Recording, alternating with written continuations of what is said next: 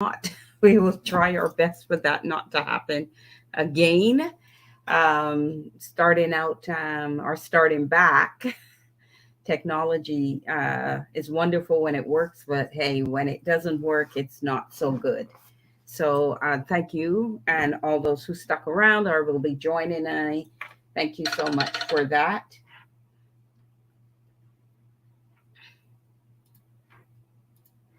Okay, so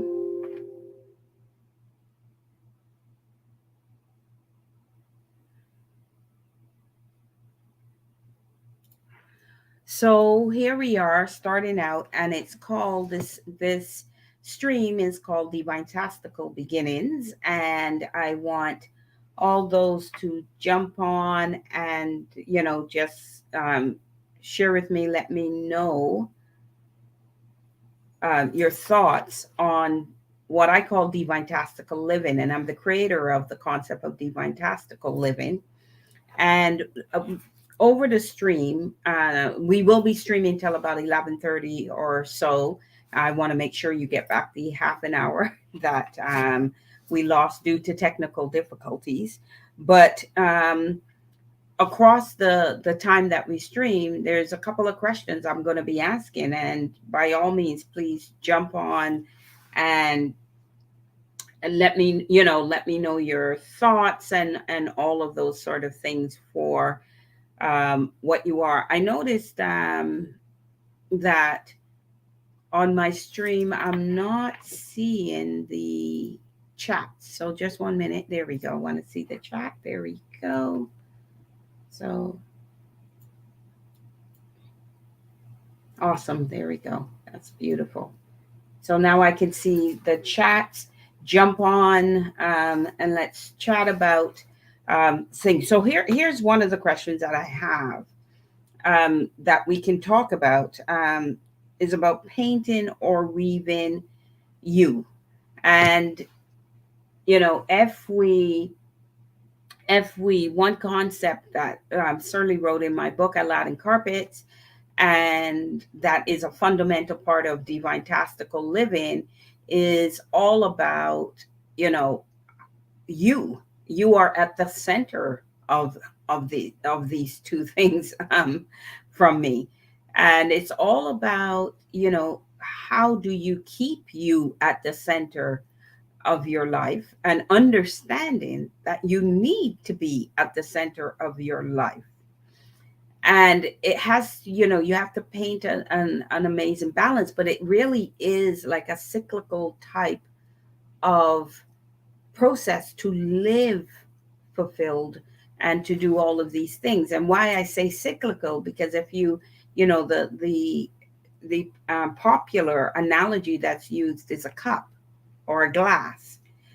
And if that glass is filled and overflowing, and the glass or the cup would represent you, and if it is filled and overflowing, that means you are able to share with others. That means that you can now take some of that overflow and extend out to others. But if your glass is neither full or it's very depleted, you really don't have much to share.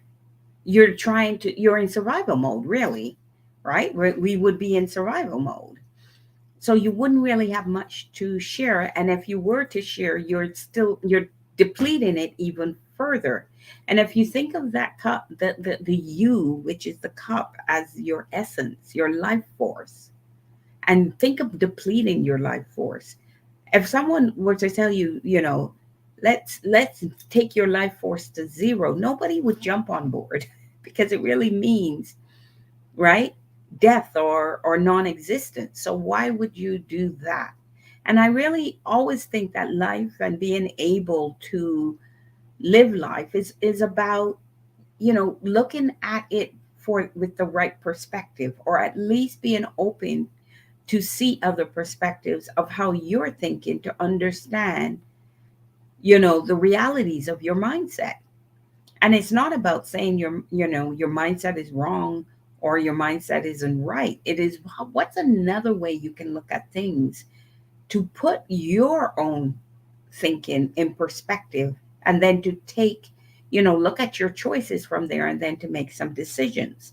So life is it's really cyclical. And I've had, in my up leveling and in my training, many describe it as a spiraling up as we live and get into different plateaus and relearning and advancing and really ascending. When you think of a spiral, it's you ascending and us as human beings ascending to higher planes. That's why we go and get educated, because we say you can go through life with no education, or you can get educated. And even many people who jumped out of education, which is fine, found a path and learnt related to that path, like grew related to that path, and life itself became their school.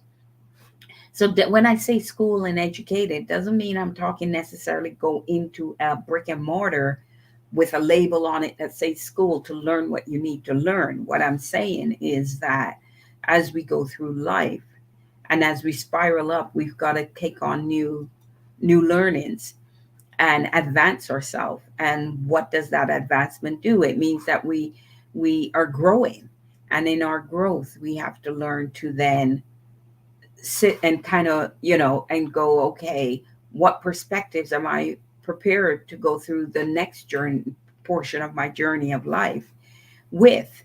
So what I try to do is just give different perspectives, right? And before I continue, I'm Jen Drakes, by the way. If you didn't know that from the streaming thing, I'm Jen Drakes. I you know, I am a designated master coach. I am a change practitioner. I have a 30-year career working with businesses and individuals, and now, really, and I pivoted at a very interesting time of life, probably my mature time of life. I did a pivot in my career to be here doing this, loving it, doing podcasting, writing, um, authoring books, published books, writing, helping businesses accelerate, and just growing from there. So, just to give you a bit of context on who I am and what I am all about.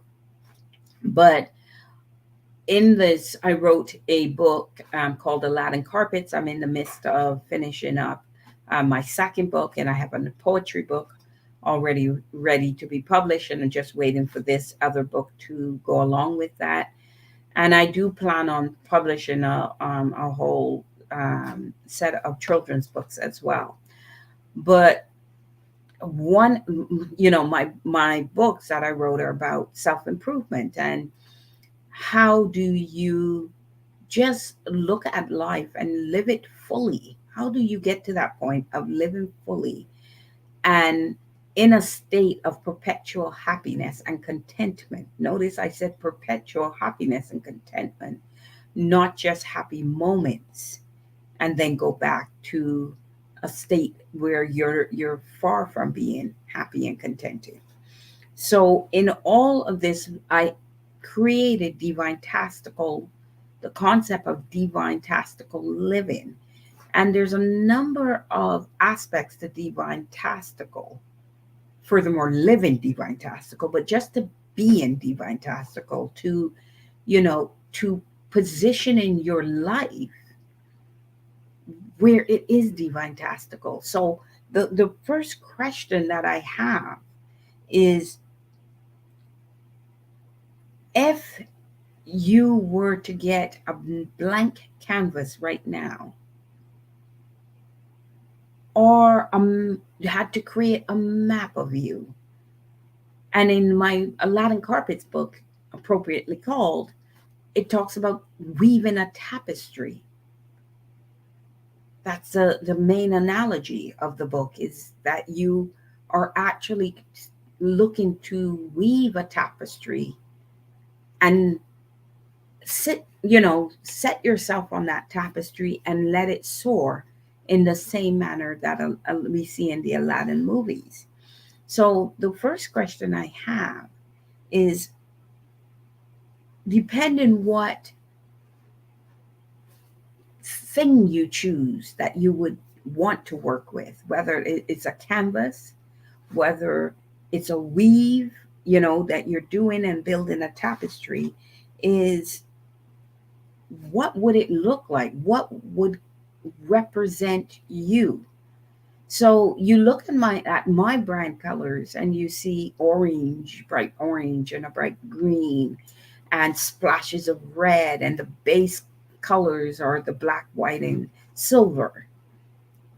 Um, and you could see, like, I took off many of them actually because I had my wrist was hurting, but you could see I have silver, and it's one of my the element I consider that is mine, and I love. I don't go buying gold. I buy silver or white gold or platinum. But and you see again, I have, so all around me is silver, and that is my accent color.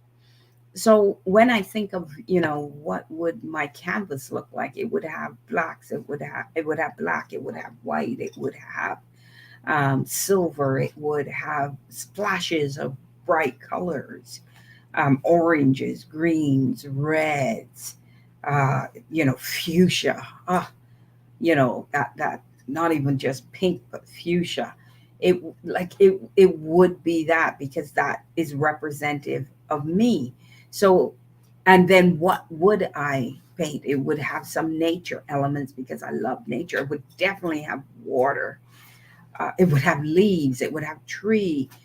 My brand, my logo has, a tree is a tree is someone, and the base and the trunk of the tree is a person, and it has all the leaves, because I love nature, and I look at life in that way.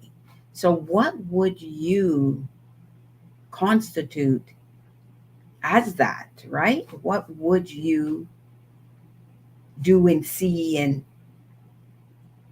paint and say, this is me, this represents me? Would it be, a plane because you love to travel? Would a plane be in there?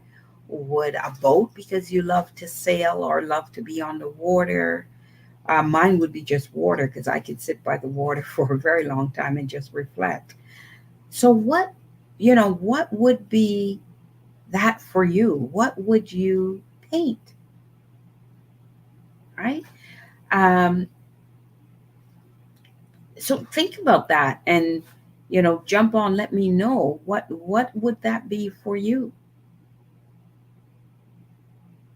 Okay. And these are, how should I put it, it's really hard sometimes when you are in routine, like you just go through the same routine over and over again, and after a while it lulls you, and it lulls you into somewhat a state of sleep. And one day goes by after another, and before long a year is gone, or months are gone, or weeks are gone, and sometimes you forgot at the beginning of that particular period, or some period, you forgot what aspirations you had. You forgot, and you've been given pieces of yourself out, whether it's to the kids, the spouse, whether it's to different, or committees you're on, or organizations you're part of, or work. And all of a sudden, it's like pieces of you start to get fragmented and dispersed in different ways. And when you stop and you think, okay, what am I all about? You find you're trying to collect all these pieces to figure it out. That's kind of the metaphor I would say. And having gone through it, and then having to try to pick up those pieces and figure out which one, like, at the end of the day, who am I? What am I all about? What do I stand for? What do I want? What do I ultimately want? What do I need? Right? Because many times we collect things we honestly don't need, right? when you think about it. You know, and what is the substance of my life? What is the substance of this life I'm supposedly living, and knowing that it's one life, right?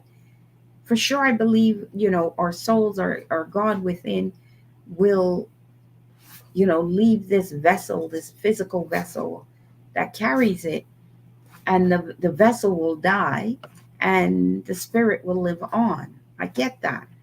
And I believe that. Not everybody will necessarily do that. But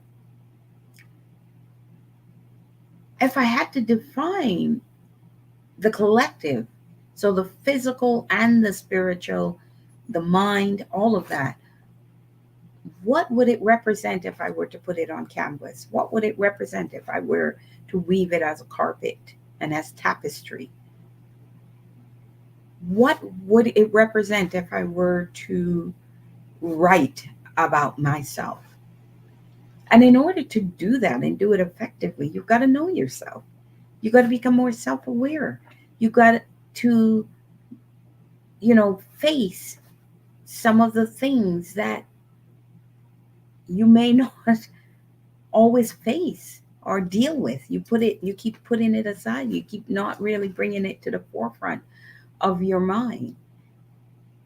And what is it like to start to do that? And when you start to do that, from my perspective, you're on a path of divintastical living.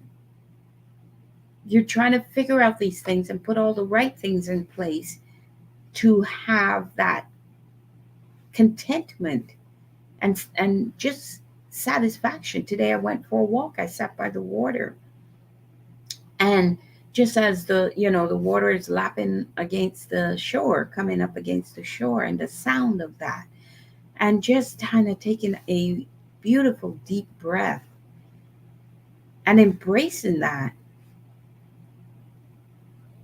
there was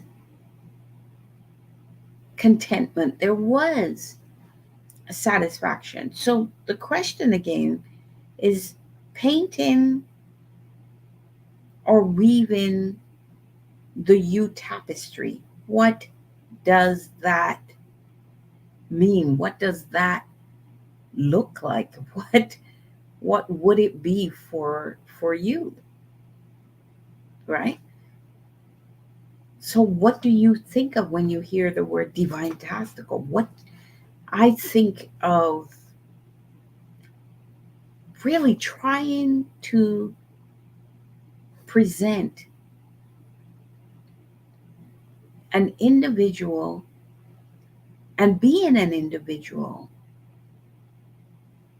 that is pursuing divinity in all facets of one's life, right? And every day trying to be the best that you can be. That's what I think of when I think pursuing my divine, and it also has to do with purpose, divine purpose. Why am I on this? Why was I born? Why am I here? What am I meant to do? And what am I meant to achieve? And what am I achieving on a regular basis? And is what am I achieving, are the things that I'm achieving taking me to that divinity, taking me to that divine purpose? And as you get older, and this is for the young, the young adults, because they don't always think about this, but as you get older, you start to think about legacy. You start to think about, because your time span is shortening, right? You start to think about, what do I leave behind? And I'm not talking material things. What impact did I make when I was living, that when I leave this world, which we know for sure happens, that's something we can avoid. What gets left behind? And that becomes a more present thought the older one gets, the more mature one gets. You've probably done your partying, you've done your all your different things, and you start to think, but what's substance? And it doesn't even occur when when you initially have children. When you initially have children, you think about, wow, this bundle of, this little person I'm responsible for, right? That's what you're focused on, and that's also too why you expend all your energy, sometimes too much, and because you took on that a responsibility of another person, and all of a sudden your needs don't seem to be as important anymore. Except what we fail to understand is that our needs are still important, because in order to, you know, to nurture this little bundle, we've got to be nurtured as well, right? And many times I see parents give everything to their kids, and I'm not talking just material, I mean everything. And then when the kids, you get that empty nesters part of your life, and they're grappling to figure out, what do I do next? And they're missing the kids, and they're because they've given everything to their kids, and they didn't leave much for themselves.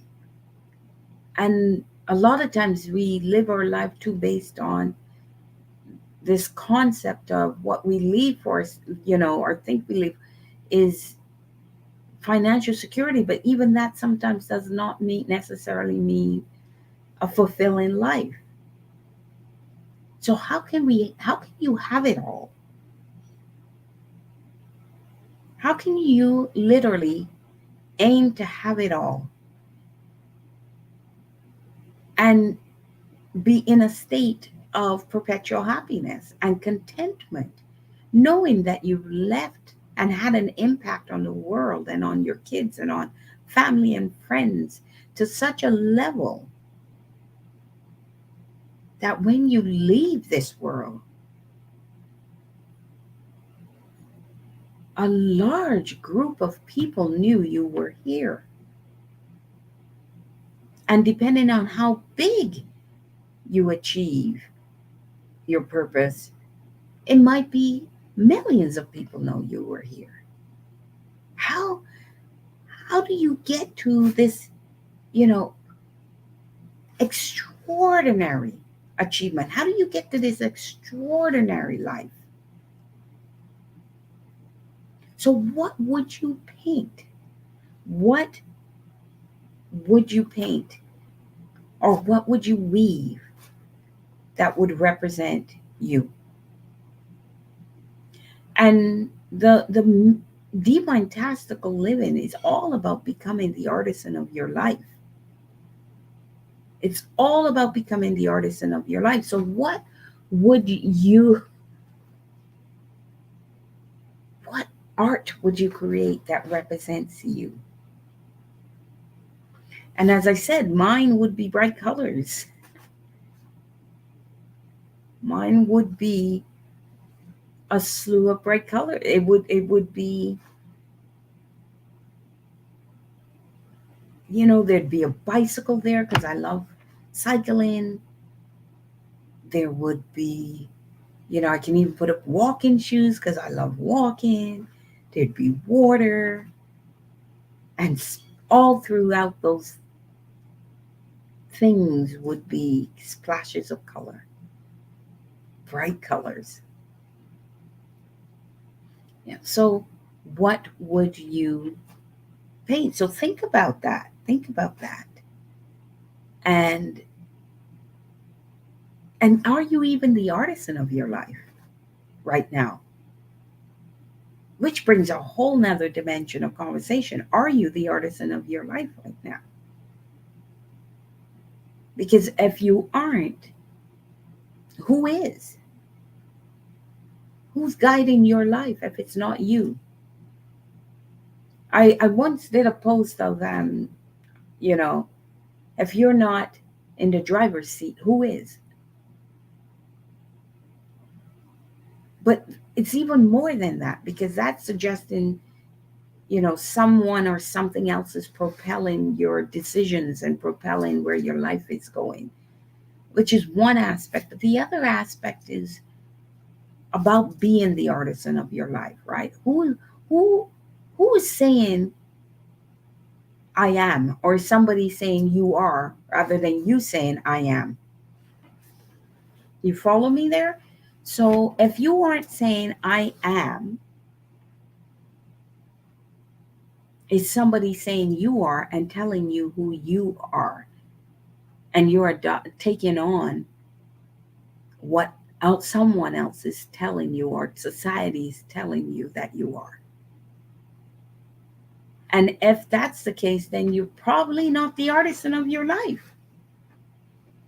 And what do you need to change that? What do you have to do to change that? Right? And sometimes it's friends telling you who you are and what you're all about. And is their impressions of you correct? Right? Are they supporting? Are they encouraging? Are they, being your cheerleaders?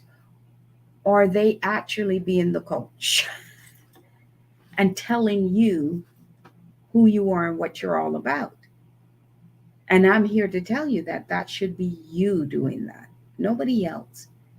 It also happens when you get into partnerships, right? When your partner starts to kind of mold you and say this is what you're all about, or this is what you need to be come to be with me, right? Or to be, who can say this is familiar to them?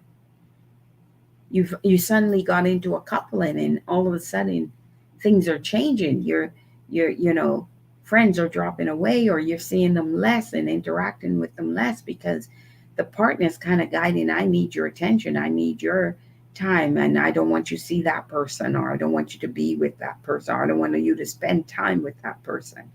And all of a sudden your cheerleading group is just your partner. And sometimes that partner's messaging isn't always positive all the time. So what's that doing to you?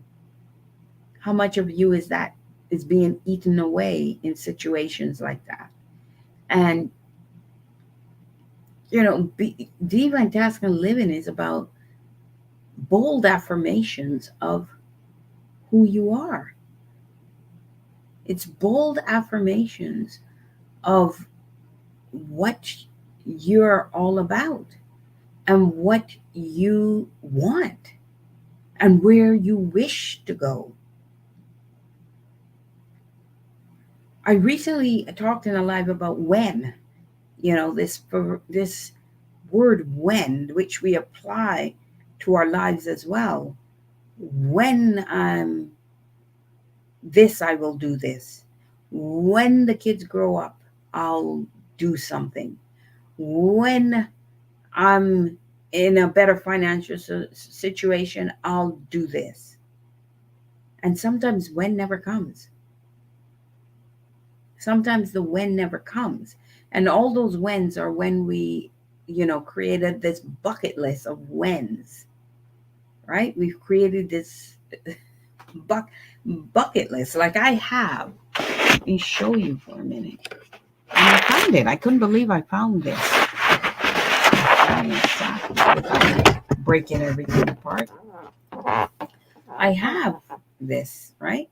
I have this a bucket list book that I found. I couldn't believe I bought it immediately when I saw it, because I couldn't believe I had actually found a bucket list book. And it has 101 things I want to do with my one wild and precious life.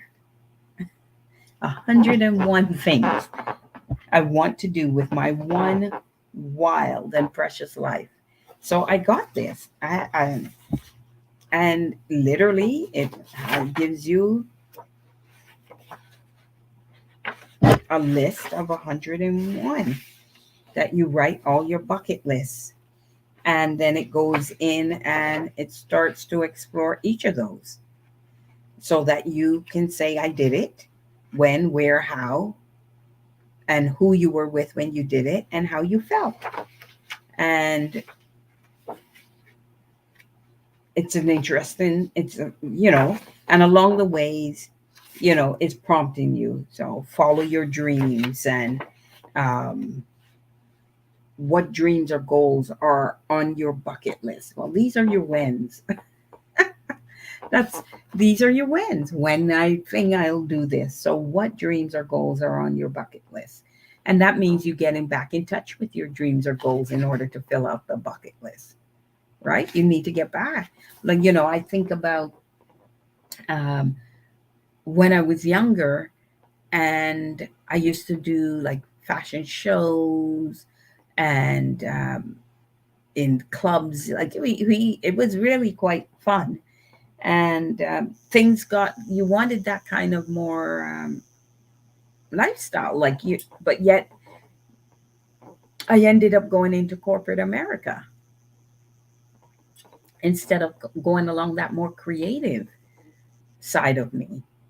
And look where I am now, pivoted back to the creative side of me, where I feel more content and more, and even when I say career, is kind of geared towards that creative aspect, and from the perspective of helping others. So somehow came 360, but look how long it took. So, what dreams or goals are on your bucket list? Who would you like to meet? What would you like to do? Where would you like to go? Oh, all of these I'm going to add to the stream as I stream. And, on weekends, I'm going to add some of these questions, because they're questions we all need to think about, talk through, see where your perspective is about it, right? Let your imagination run wild, and just build your, take things from your win list, put them onto a bucket list, or recognize that your when I will, do something is your bucket list. And, it was important to you at some point, right?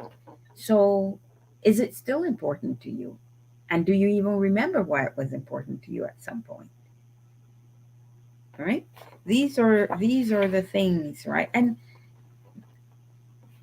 I'm not even going to answer that question. I'm going to answer that at the next stream. I'm going to ask that question because I really think it's a fundamental question. And but this is I don't know. I can try to remember where I got this book from now. Trying to remember, but I don't actually remember where I got the book from. But it's never too late to follow your desires. And that's the beauty about life, right? It's a journey. So at any point along the journey, you can pull things back in, and you can take things off. But at the end of the day, are you heading in a certain, on a certain trajectory that will take you where you wish to go? Do you even know where you wish to go? Are you just living day to day? And are you just getting through daily routines from morning to night, laying your head on your pillow, going to sleep, getting up the next day and going through that? So you're not really even guided to a particular direction at all. You're just existing, you're just wandering through life. And is that satisfying to you? Right? Is that satisfying to you? So these are pivotal things that we need to reflect on. And reflection is so important in our lives, and in our for our mental state as well. It is so important. And these are the things when I'm a life strategist. So these are the things that kind of help us to gear our life where we wish it to be. Right? These are the things that look and say, how can I direct my life, deal with all the things handed to us from over to us, or sometimes we create our own, right? And deal with all of those things and get our life back on gear. How do we do that? So, by all means, think about these things, reflect. For me, the fall period, right? Because I'm in a seasonal, where I am, we have our seasons. And the pre winter season of fall is when I take time to really reflect on where I'm going and where I'm going to go for 20. Let's open right now. September kicked off my reflective period. So my lens is on where am I going for 2023? Where am I now based on what I traveled, the journey I took in 2022? What goals did I come into the year with? And what goals do I still need to attain? Which ones have been attained? Which ones still needs to be attained? And where will I go with that and start to plan out? And I'm always floored because not a lot of people do that. And maybe more starting to now since COVID, but certainly the stats before were not a lot of people. And in fact, there was one stat that my cohort on Get Awesome Show, Coach Katie, said 80 something percent of people were not happy in the jobs they're in. That's staggering. That is a staggering number. And it also shows or gives a sense to how many people are just wandering through life. And if you had the opportunity to change that, would you take it? If you had the opportunity to aspire for an extraordinary life,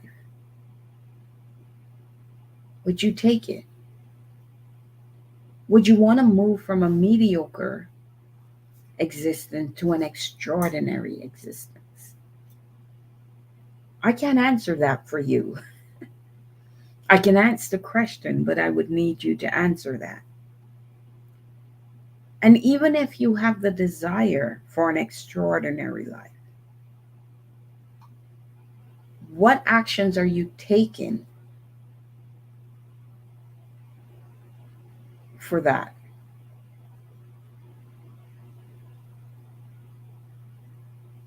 Right? What actions are you actually taking to at least redirect it in that way? And is motivation an issue?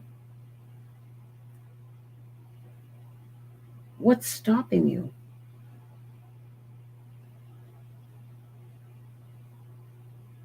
Right? So, Divintastical living is really about putting all the things in place to pursue divinity, to pursue an extraordinary life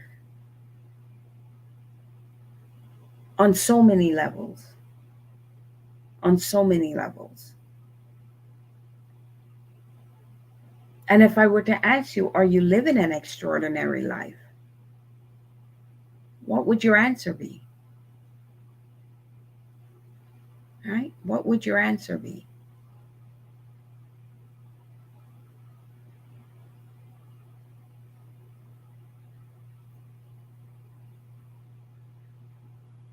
So these are the kind of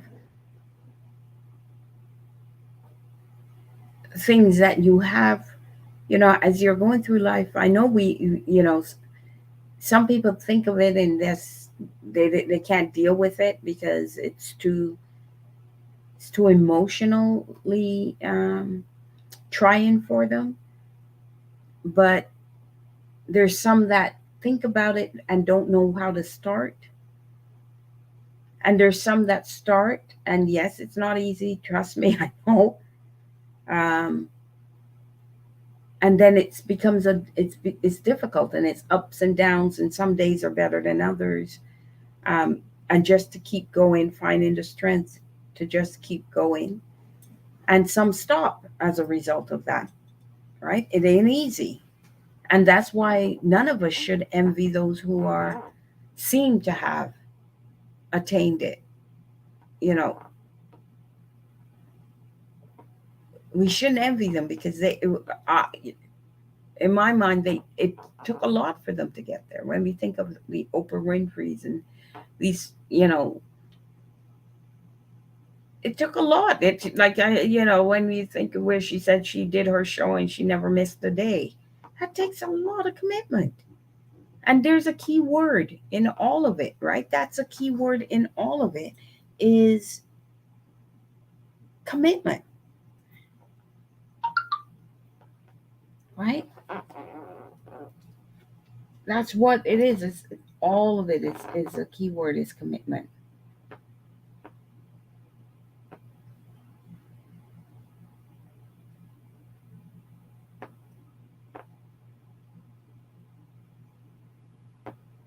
So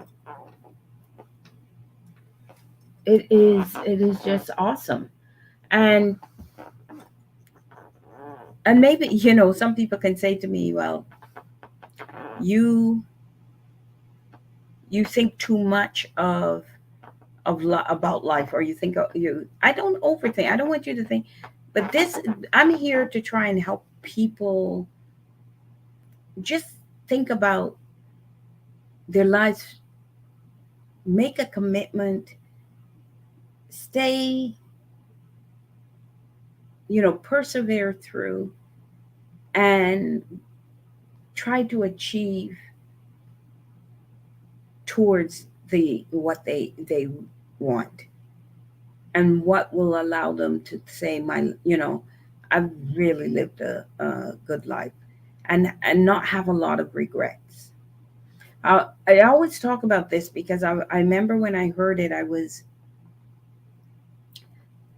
like really thinged by it all, like how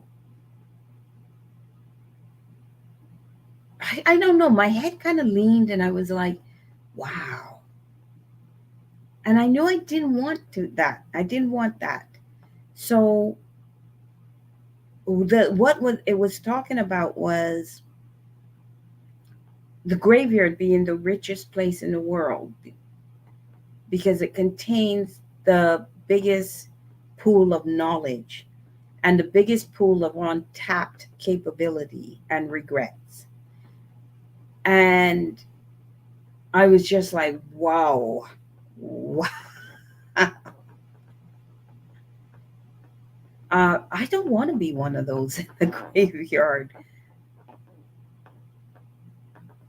who's, it's one thing when one's life ends unexpectedly. It's another thing when you live through your life and you still carry regrets to the grave,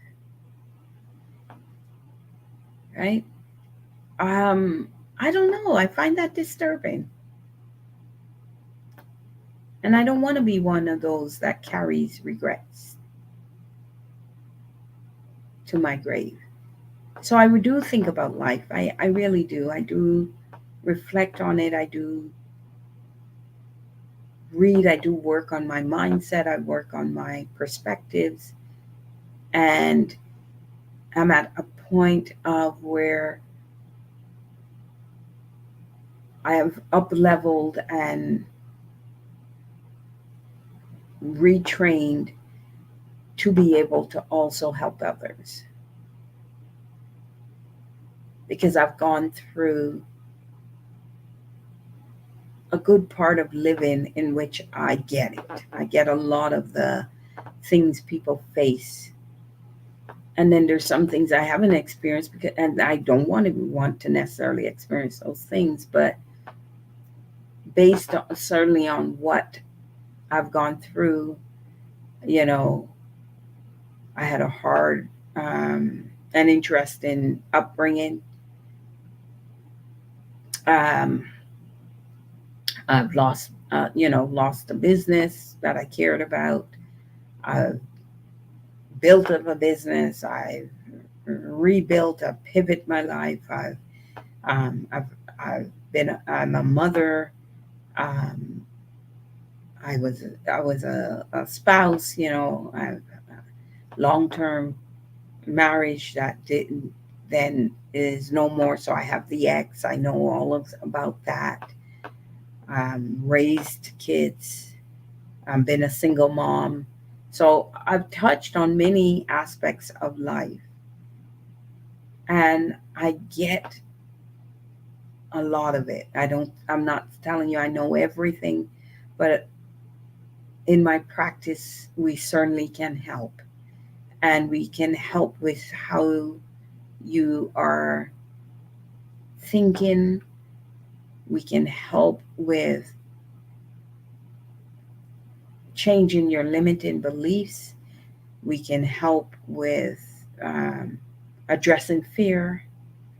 Um, we can help with perspectives. We can help with just overall healthy, wealthy living. And I put all of that under the umbrella of Divintastical living. So when we call this stream, Divintastical living beginnings, it's to start to really delve into that a bit more, start to explore life, how you think of life, um, what are you experiencing in your life that has you stressed, has you emotionally charged, have you feeling depressed and down, have you anxious, have you angry, have you scared, have you um, even happy. It's all right. Let's explore those happy. Even if you're doing great, let's explore that because people need to hear that. People need to hear from people that are doing great, not just the not so good part of life. Let's hear about the good part as well. And we've all had our struggles. We've all, life. That's what life. I remember telling my kids, if I fail to teach you something, I'm not too worried because life teaches. I remember telling my teenage kids that all the time. I am confident that life teaches. So we've all had our hits. We've all had our ups and downs. We've all traveled we're traveling this journey called life. But if there's someone that can help to put things into perspective, help you to, figure out things, then that is opportunity. And I put myself into that category as, you know, someone that has invested in their training to be able to help. And as a master like coach and a life strategist and a business accelerator, that is what I'm aiming to do. And my streams will explore and delve into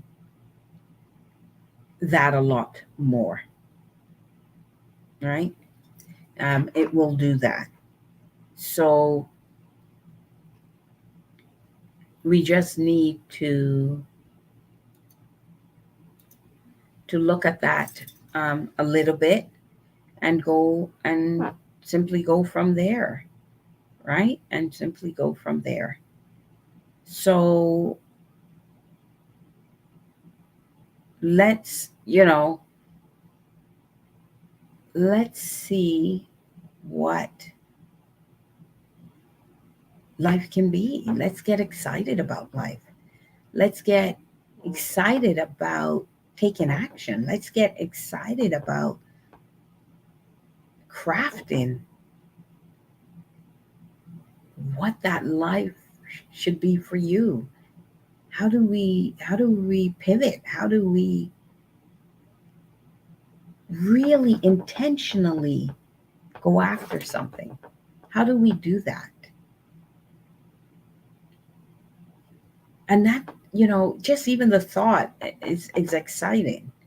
The thought is exciting when we think about, wow, how can I do this, right? How can I really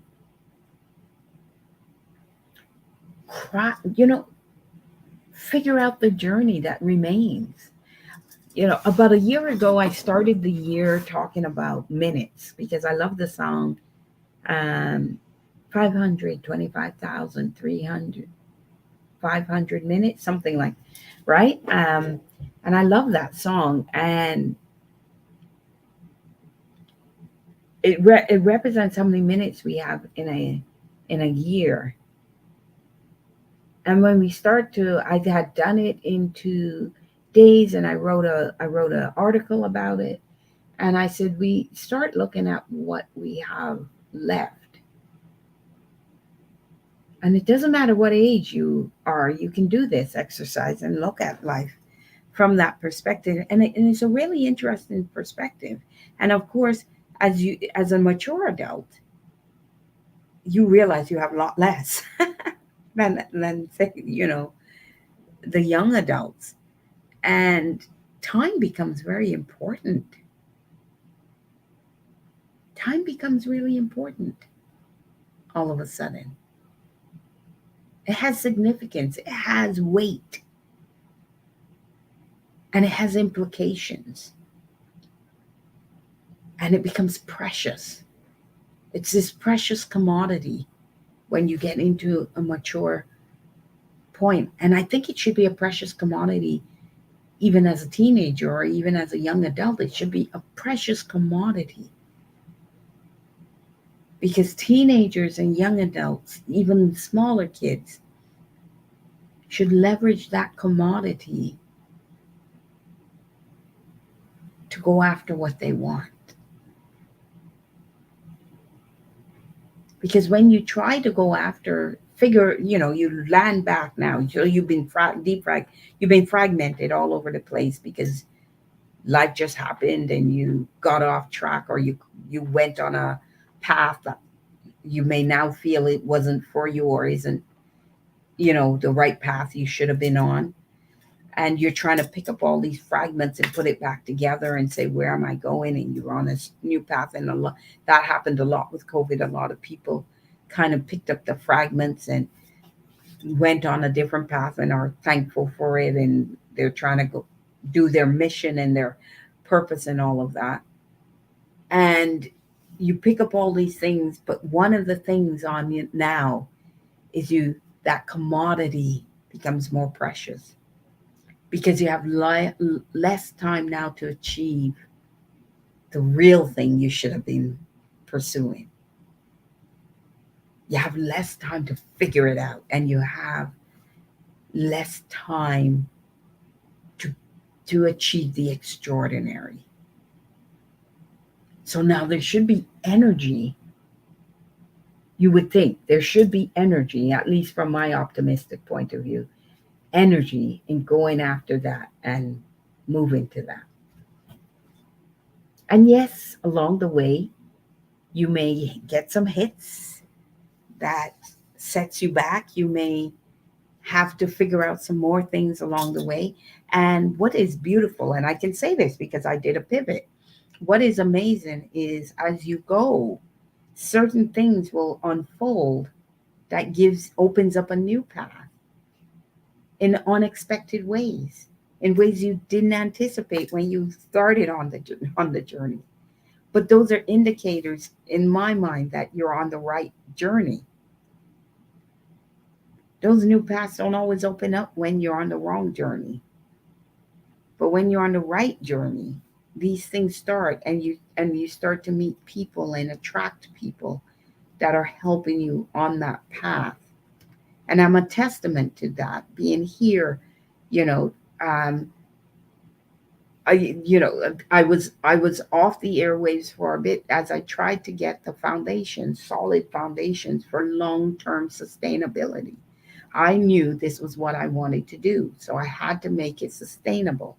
So I had to take a step back and figure out how to make a sustainable something, so I'm here for the long run. And all the people came into my life that I needed to help me build those pillars and those foundations.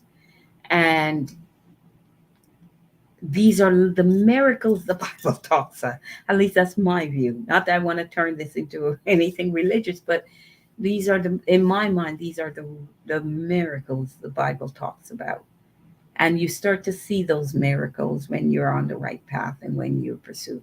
So if you don't feel motivated, then I'm telling you, from someone that has done the hard work of pivoting, changing direction, um, the hard work of reinvesting in yourself and self care and making choices, difficult choices, but choices nonetheless for yourself, and putting yourself first and building that cup, right? Becoming the cup that you then fill, and make sure you're filling it, and make sure it's getting to overflow so you can extend and share with others. And having done all of that, I am someone telling you that it is possible. It is it is possible, it's miraculous, it is uplifting, and every day is an amazing day. But you got to set certain things in place. It isn't just, I want this and thing, but you got to start at some point. So, yeah, take a step. Take a step of faith, a blind faith, which is in my book, Aladdin Carpets too. I talk about blind faith. Take a step of blind faith, trust your gut.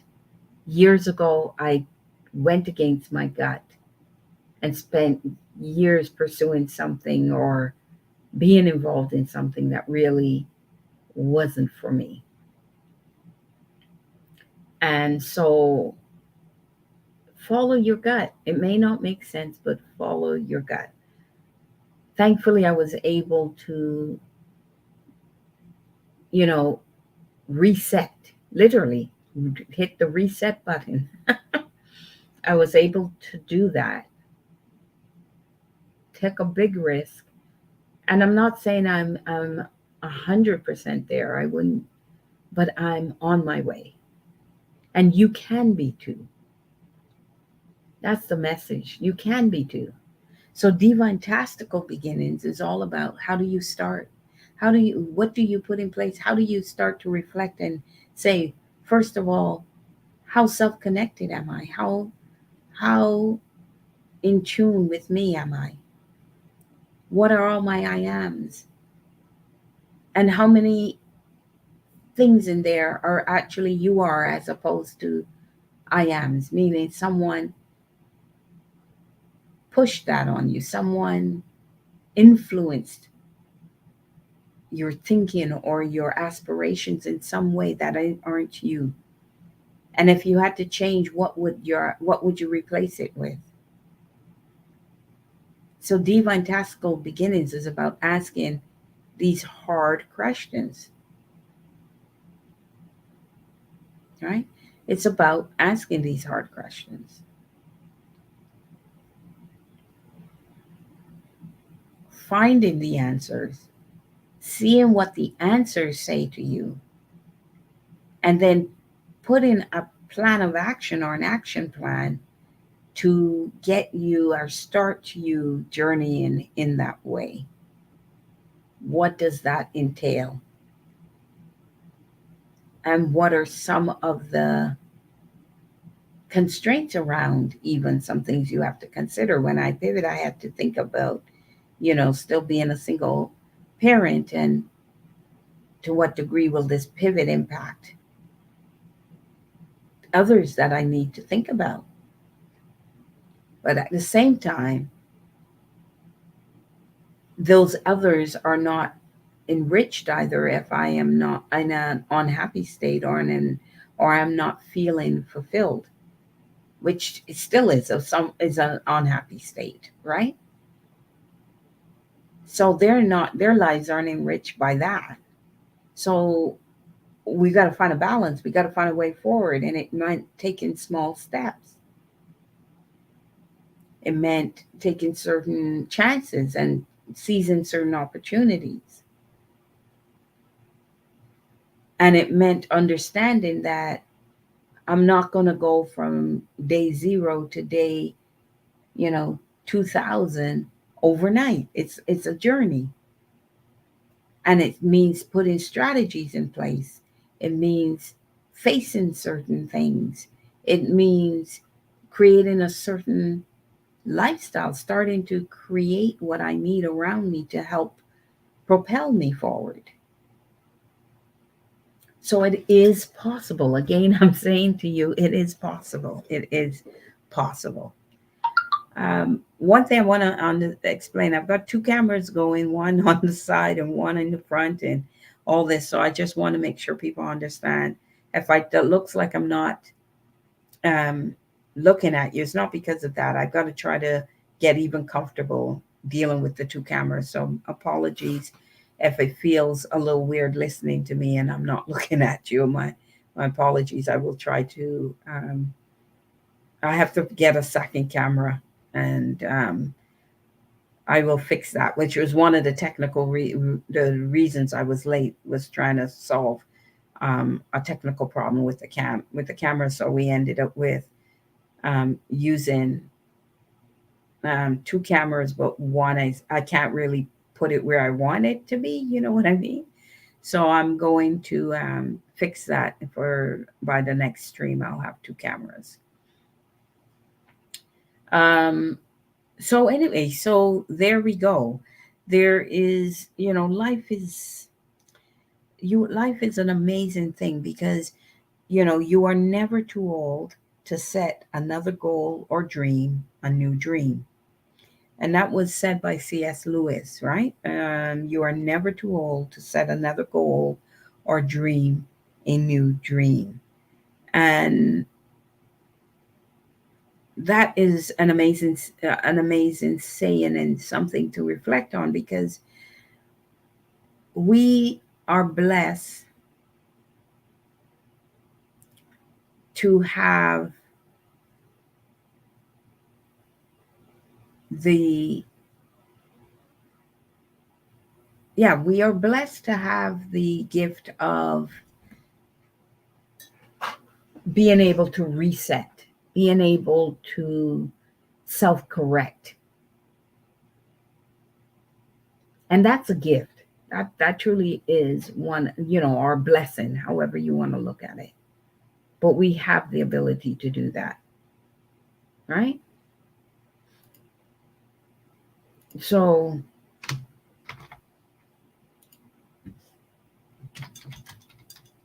we have to think about that, right?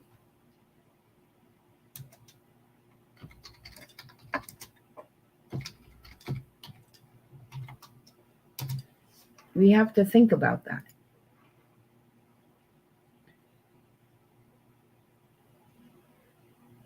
And we just, just life is amazing. It ain't easy. Life is not easy, but it can be enriching. It can be enriching.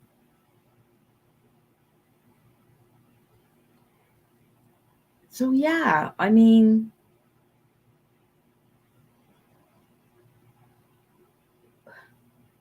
what can I say? What can I say? Um, I know I'd love to, I'd love to get some thoughts. So whether you're looking at this now or looking at it in replay, yeah, add some comments. Let me know what your thoughts are. Join me. Reflect on this. What you know what would you weave if you had to paint you, if you had to do something creative to show you? What would it be? How would you craft it? And it just gives us room to think. Gives us room to think. So as we go into the second hour, I'm just going to take a break and talk about all some of the things that are certainly occurring with myself and the brand. And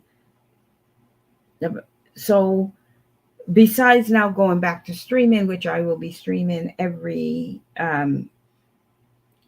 2 weeks, so bi-weekly. So my next stream will be 2 Saturdays from today. And as things start to pick up, this is the first time I'm back, so I have to, I'm getting used to it. We had a technical difficulty, so I'll try and make sure that doesn't happen going forward. But these streams will explore life. It's really about exploring ourselves and life, and I'll start to introduce some things around us. You know, and so the streams are starting back. Um, my quick lives will also started back, and my podcast launched on Monday. So that was season 3. Really having a great time back in the seat. I love podcasting. It's one of my favorite platforms. To get my message out and to trigger people and all of that. So really, really, really, really, really happy about season 3, and already looking forward to season 4. That's how excited I am. So that has kicked off, and they post the podcast come out every Monday.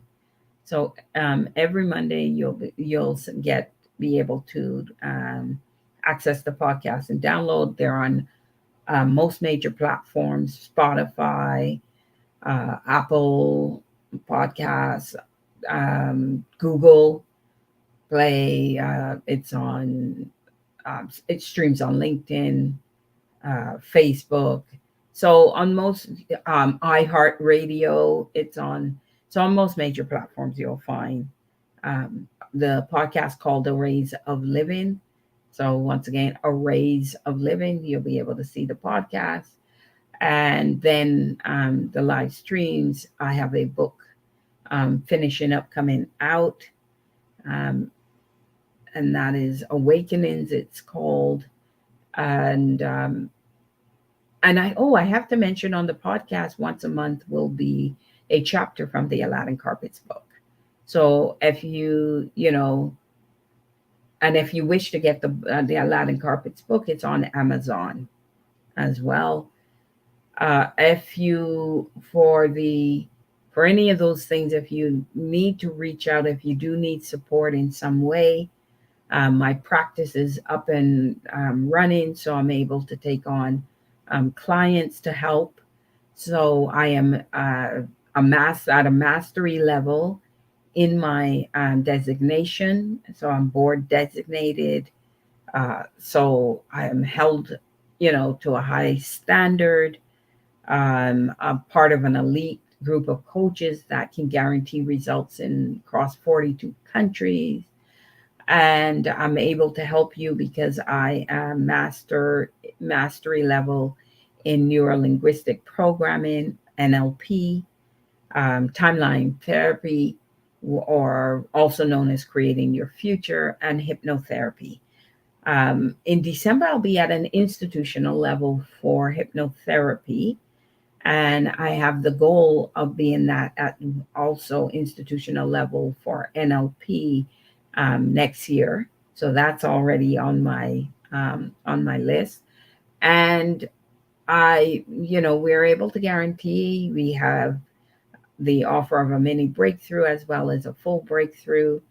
So, for all of you that might be interested, please reach out. My website is jendrakes.com.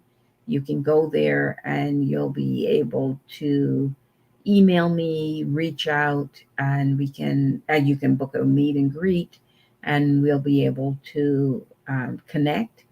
And I am more than happy to see how I can help and support where you want to go and get you out of any rut that you're stuck in. Let's work together. Let's play together. So, just wanted to let you know about a few things that are, happening with the brand and with me, and been a number of years now of investing in myself and getting myself where I need to be to serve myself as well as others optimally. So, thank you for that. And so, really looking forward to, making the connections and going forward and really serving and helping. So, some more things will be coming up because for the new year 2023, also will be offering a new you um, session where I come together and I can just kickstart your year. Forget the resolutions, just come um, to the new you thing. You'll start to see the promo going out for that, but just come to the new you and kickstart your year and forget resolutions. Like, really, let's kick it into gear. 2023, a really important year for the world, really.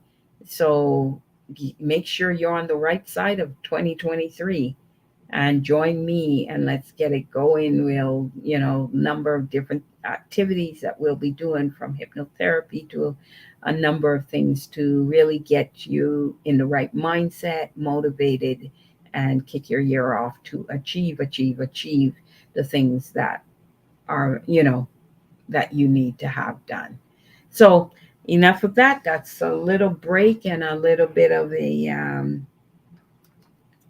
just talking about what is available. So let's go back now to the discussion as we go into, our into the second hour.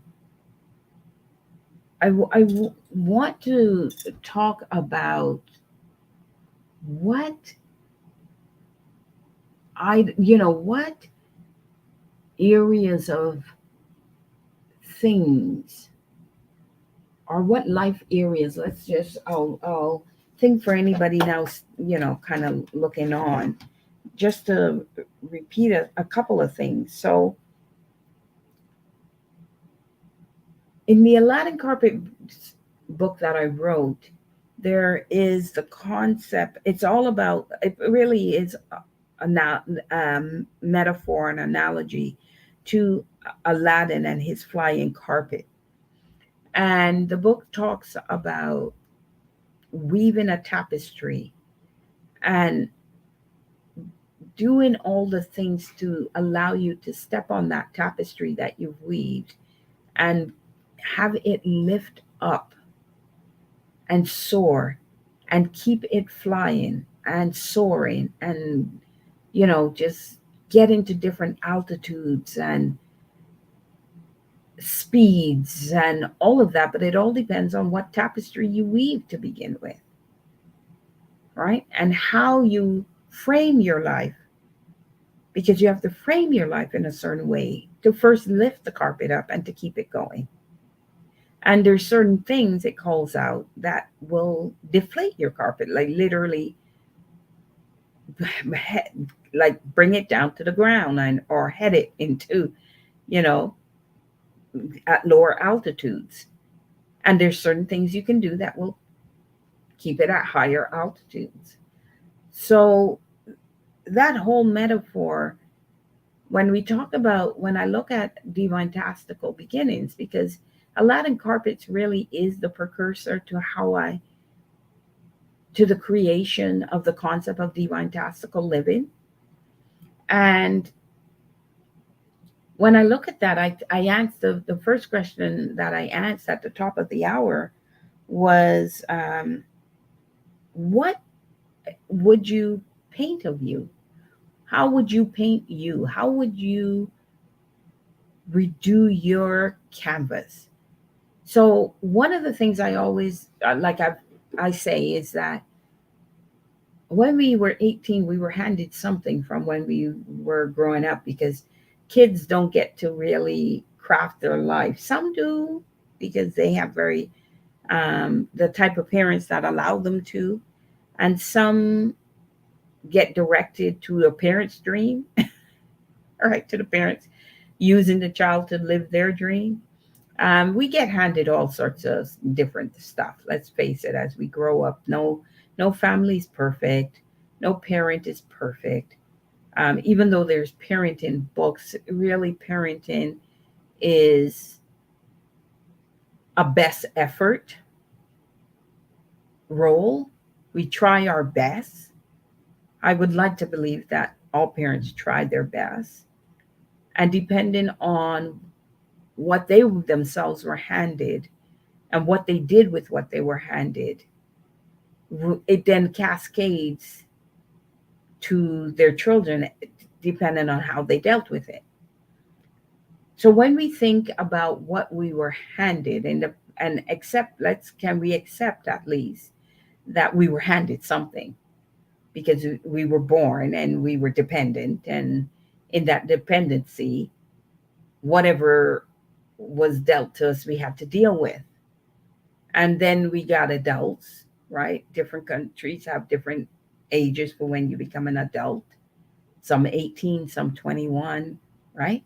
So when you become an adult, we are then handed all the stuff we were given. And let's face it, some of that stuff is crap, or some of that stuff doesn't serve us in the best way. Like we can say that, right? Not all that we're handed is perfection, and not all that we're handed serves us well. But now we're adults, so we have the ability as an adult to now decide what of that we will keep and what we will not keep. And it's up to us to make those decisions and not just accept it. We've got to act, we got to become active in our life when we hit adults. And part of that activity is to look at what we were handed, not about blame, not about emotional thing. Just look at it for what it is.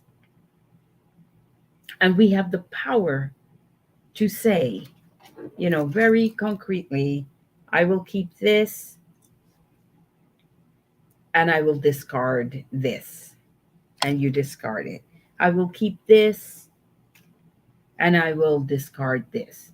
That is an exercise all of us must do. Or I believe we must. And I certainly had to do it. I've certainly done it. I've done it more than once in my life. Um, and then if we depend on how effective we are when we do it, we end up with a sense of ourselves and a canvas of ourselves that we can now embrace and say, this is who I am, right? This is who I am. And to be able to make the I am statements is so freeing and so empowering. And it's something I teach for us to do. What are your I ams? And get rid of the you ares. Get rid of all the stuff people told us we were. I remember growing up and people say, "Oh, you're so much like your dad." No, not in a heartbeat, not in a lifetime, no. Right? There's certain aspects of my dad I have, yes, but I'm not like my dad. Right? Like one of the things my dad and I share, I don't know if we still do, but one of the things my dad and I share is driving. I love driving. And he loved it, used to love driving. And, but I'm not, and from a personality point of view, we're not much alike. And I think I looked at like him more when I was younger, but now I look more like my mom than my dad. And I'm sure I have aspects. But that used to drive me crazy because even as a child, I knew I'm not like my dad. So they used to see the resemblance and say, "You're just like your dad." And it was like this flippant statement, but it really meant a lot to me. And it was one of those things I absolutely discarded. I'm not like my dad. I would not make some of the choices he made. I would not do some of the things he did. Um, I would not, carry myself and live the life that he did. But how do you get to the point of recognizing that, being very comfortable with it? Because it could be that some people might take it when you say, that you're not, I'm not like my mom. And some people might either revel in that statement or feel, well, maybe I should be like my mom. That like it can be positive or negative depending on the type of mom or type of parent you had or the father you had and stuff like that, right? Um, and I get that. But my point is that we get to decide what of it we keep.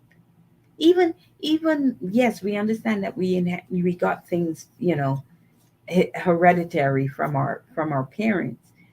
But what of that you relish and what don't you relish? We at the end of the day, when we're adults, we get to decide those things and we get to choose and we get to really act on those things. And if we don't, then we're literally just accepting what we were handed and continuing to live our lives and never dealing with the portions we don't want to keep, and maybe they might wreak havoc on our lives. In the book Aladdin Carpets, I also have the concept of shites, which is what I call those things that can wreak havoc in our lives, or the shites we were handed. And I call those the stuff harbored inside that eventually sabotages, right? And that's how I got to the thing shites. But we get handed shites in our lives and we need to clean them up. Literally, we need to take a shovel and start shoveling it out of your life. And that's what we have to do. We have to face those shites and we have to clean those shites up. And when we do that, we get to better contentment. We get to a better sense of who we are and what we're all about, and what our boundaries are, and what boundaries we won't cross, and what our values are, and what our morals are. We get to decide all of that as an adult. We didn't necessarily get to decide that as a child, right? As a child, I went to church because my mom and my family took me to church. I didn't have a choice. I went to church. But I don't consider myself religious right now. As an adult, I'm not a religious person. I'm a spiritual based person. I'm not a religion based person. So we get to decide that, though. That's the decisions we get to make. And there's nothing wrong with that. But I'm saying it's an activity that all of us as adults have to start to, and it's not about a right or wrong. Um, it's not about putting blame on anybody, because we couldn't control our environments. We couldn't control the situations we were in. We couldn't control the resources we were handed. We couldn't control the environments we were put into. We couldn't control those things, but as an adult, we can. Or I'd like to believe we can, unless, you're a prisoner or something. But I'd like to believe we can, as an adult, have the freedom to control some of those things. And if we do, then isn't it a beautiful thing to start to craft who you are, start to craft what you're all about, start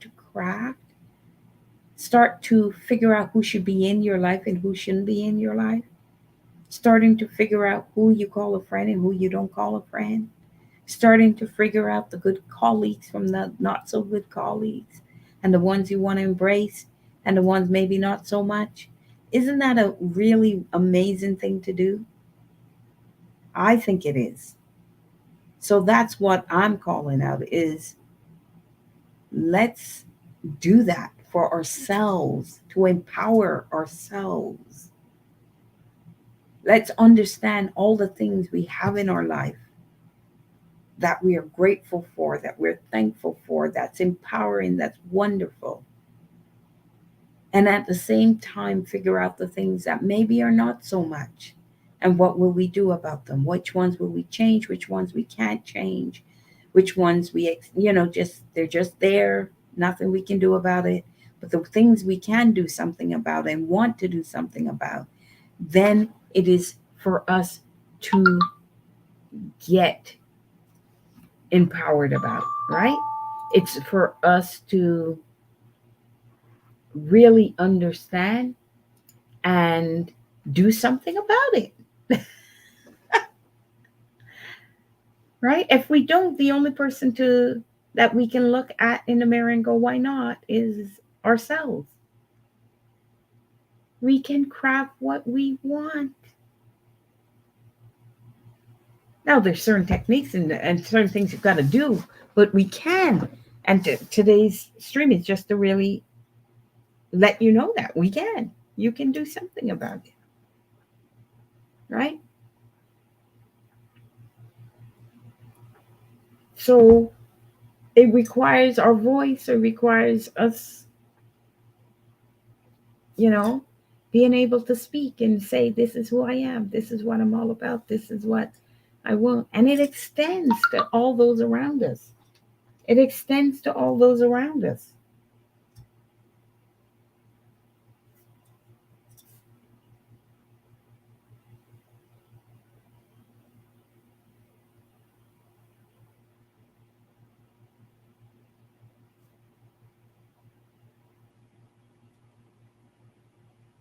Right? Just give me a second.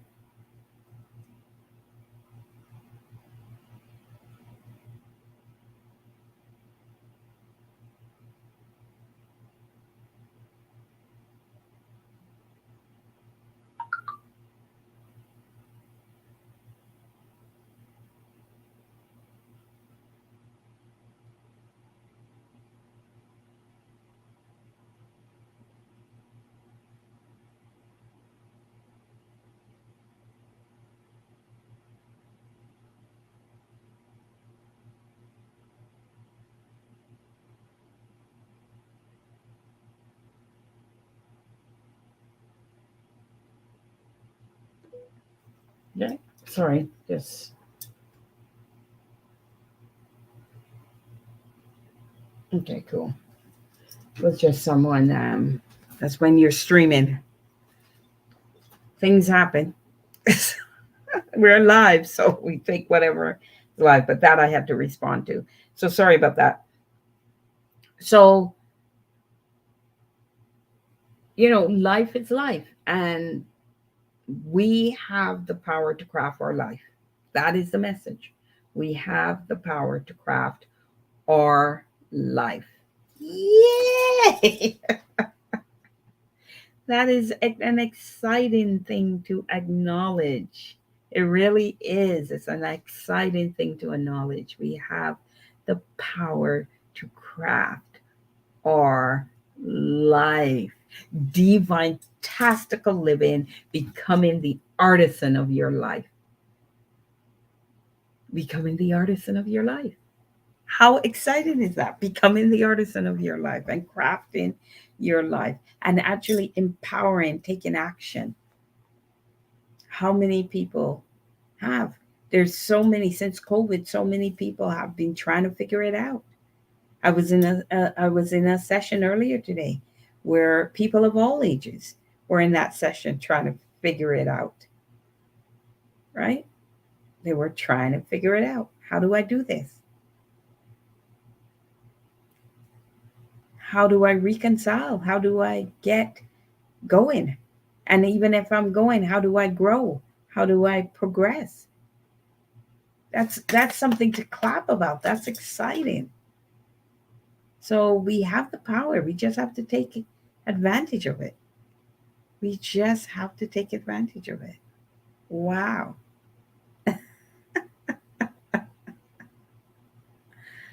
How wonderful is that? How wonderful is that? Right? So what will we do? What will we do?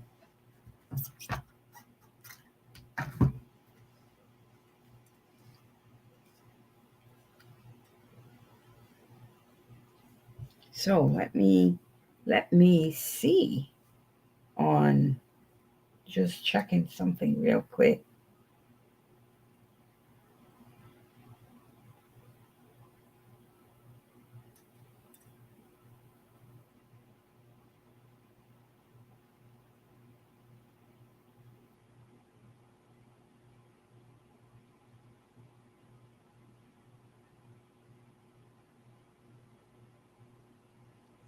Okay. All right. I was just doing a quick check-in of time. So yeah. So I was talking like as I said, the bucket list, right, is all our wins. So when I'm finished work, I'll do this, or when the kids are 5, we'll do this, and when I get when I get 4 weeks vacation, we'll go here. The bucket list is all the wins. So my thing is, listen, figure out which one you can do now, and some of them take a while. So just start getting to the wins. Just start getting to the wins. Like, what do you want me to tell you? Start getting to the wins. And figure out one at a time how you're going to do it. Right?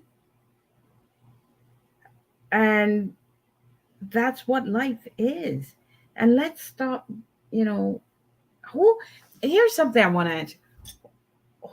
Like, how many of you have a hard time letting go of something?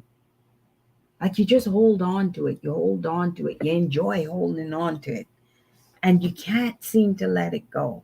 And I'm so like, I'm not like that. I prefer to deal with something right up front when it happens, get past it and move on. Right? Just get past it and move on. And I can't understand. It's hard for me to understand those that hold on to it. Like, let it go, right? My grandmother was hard on me when I was for all my years, and let it go. My grandmother just turned 101 the other day, this week. 101 years old. Wow. And she, what, from my earliest memory of my grandmother is probably 5. And to teenage years, she was what I would call a hard ass on me. That was how I perceived it, right? Hard ass. Didn't consider she cared about me or anything like that. She was just really hard. And And just the other day, speaking to her and wishing her happy birthday and saying, she told me she loved me and all that sort of stuff. And I honestly could go back and tell her I loved her. Honestly. I could honestly go back and tell her, return that sentiment and say, I love you and I, you know, wish you many more birthdays, which I think I will be wishing her many more birthdays. I think I'll be more shocked if they were to say my grandmother passed because I think she's that strong a person. And I think she has the right mentality to keep thriving. So, you know, I wished her many more, and it was sincere. And I mean, she gave me grief when I was young. Let it go. It doesn't define you. In fact, it, it molded you. Those kinds, and when I'm saying that, I mean, whatever experience you had, see how it molded you for good. If it molded you for bad, then, my heart breaks because I don't think that's I certainly wouldn't have wanted to go down the dark side of life. And at one point, I was an angry young child. I was really angry, and I would take it out on others sometimes. And not that I was a bully, I would just get angry. I was angry. And I stopped. I do remember to this day, the day I stopped and I promised myself no. And even though I say I'm very spiritual, it was my religious teachings actually that helped to ground me and realize. And it wasn't so much the religious teachings, it's because also my mom, I loved her so much. And I never wanted to bring her grief or heartache or anything like that. So for those reasons, I decided I'm not going to do this. I'm not going to go down this path. And but it would have been very easy to have continued along those paths, and I think I would have ended. It wasn't the right choice for me. And at a young age, I made that choice to say no. I'm going to do good. But the point I'm trying to make is we're not all of us are dealt what seems at first seems to be not really good experiences, but it molded me. I can tell you that mine molded me into the person I am today, and I love the person I am today. I am really happy about the person I am today because I'm a good person. I'm a good person. And it is those experiences that directed me that way. So if I can look in the mirror and be happy and thankful and grateful for the person that looks back, then that's a good molding. And as difficult as it was to go through, it was a good molding. So, what of yours can you look at and say, this was molded me in this way, and for that reason, I'm thankful? So, today I can look, I can truly say, I love my grandmother. Because were it not for her, I would not be the person I am now. Right? And I've come to realize that some of her teachings were not necessarily meant to be taken as negatively as I did as a child. For sure, they were delivered with what seemed to be very malice, and it was definitely different from the treatment she gave my sibling, and the treatment she gave me were like miles apart, starkly different. And so the interpretation I got and felt was not being loved. But now I've come to realize that I'm glad for those teachings because it put me into a different thinking about things. And when I see my siblings struggling, I'm actually even more grateful for the teachings because I'm not struggling in the same way. And I get to understand that maybe what was,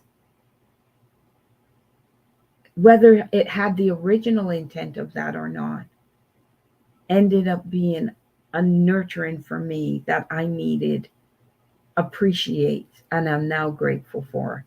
And I've landed on all that happened in my early years were had a purpose, had an intention. And I wonder how many of you have the same outcomes, the same, like have, where something not so great that you experience, to what degree was it a blessing in some way? Have you looked for the blessing in it? Have you looked at the how it molded you?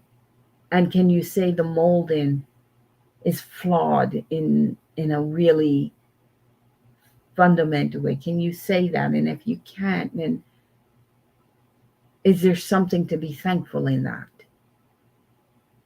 And that might be a weird way I'm asking, but it's something to think about. So, today I stand in gratitude for that life. And even as I was going through my up leveling for my NLP designation and everything, I had to revisit some of this and came to realize the anger, hurt, and all of that was formulated at that time, and just leave it where it needs to be left. There was still residual. For sure, there was still residual. And that surprised me, right?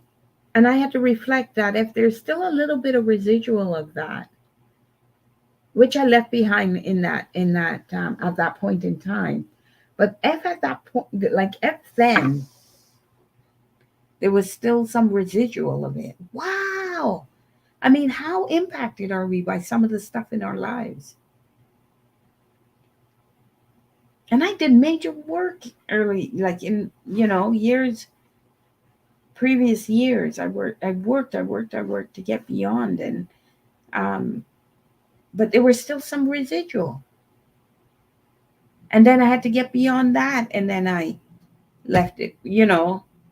So I get it. These things dig deep.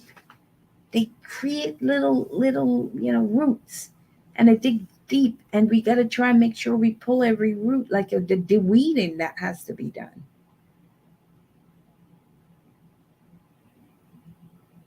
But we still got to do the work. Same way we weed our beautiful garden. If we look at ourselves as a garden, the Bible again, if we look at ourselves as a garden, we got to deweed. We got to take away the weeds. Even those that were planted early on, we got to take them up. And if we need a shovel, get a shovel. If we need a a spake, or those newfangled ones that you dig in and turn like that to weed, we got to do it. We got to use the tools. We got to do everything. We got to get new tools.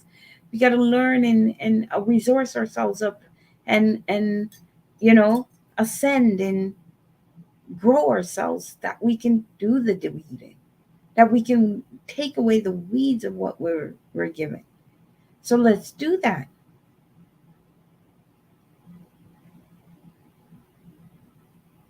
And what we're trying to get to is a weed-free garden. And when we start to look at that weed-free garden, then we start to say, that's me. That's what I'm all about.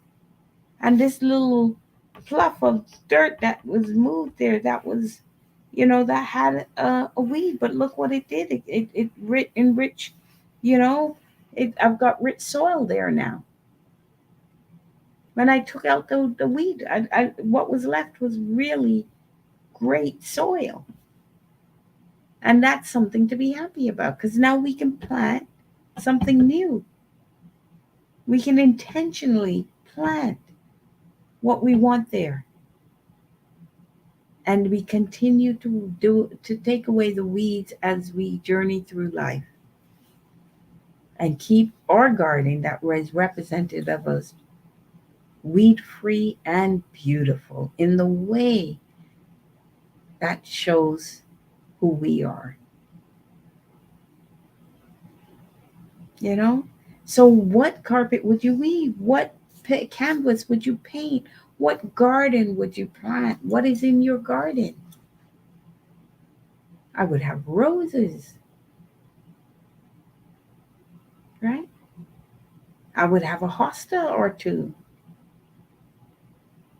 I would have a Japanese maple. I can continue.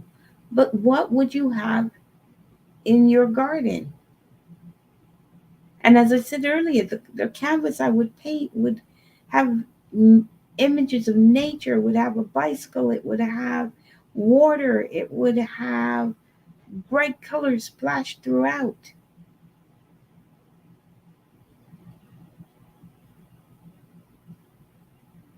What would you do? What will it take for me to enthuse you to step up, step it up, and get your life where you need it to be? And all these types of discussions we're going to continue on the streams when I stream. So I want you to join me on the stream, and, you know, and we can share, we can dissect, we can, you know, figure out how to get you going.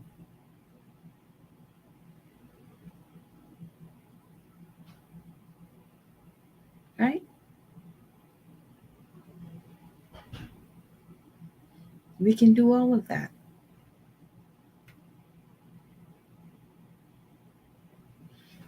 So let me just take, I've been doing this and I know I have it somewhere. Hold on a minute. I put a drink. I'm just, oh, there it is. Oh, sorry about that. Coming all into your face and your business. As I reached for my, for some liquid. So I just need some liquid once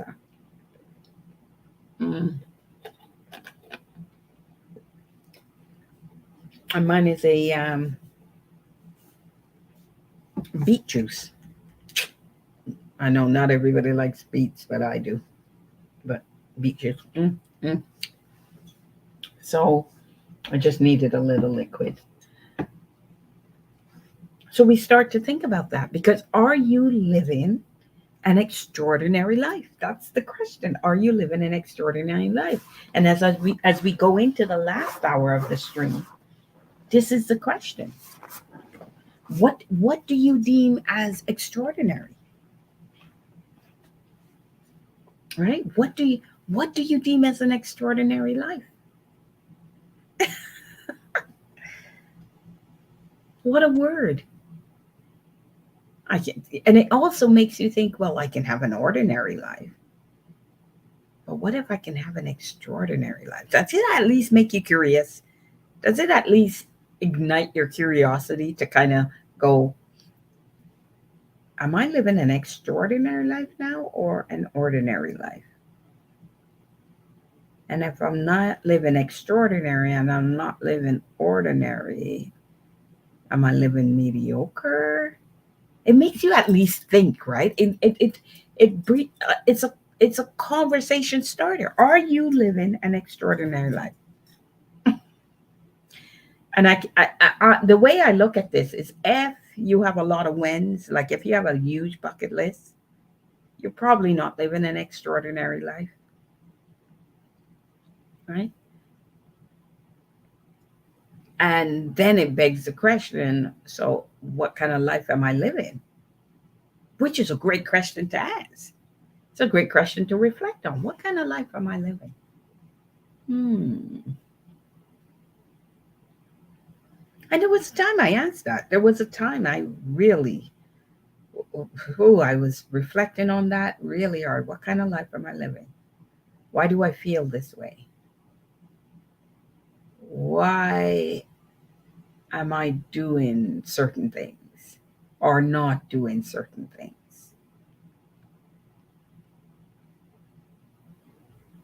Right? Why is that?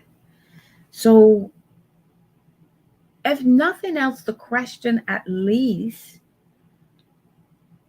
gets you thinking, gets you self reflecting, gets you asking questions, maybe even pondering it with a close friend and discussing it.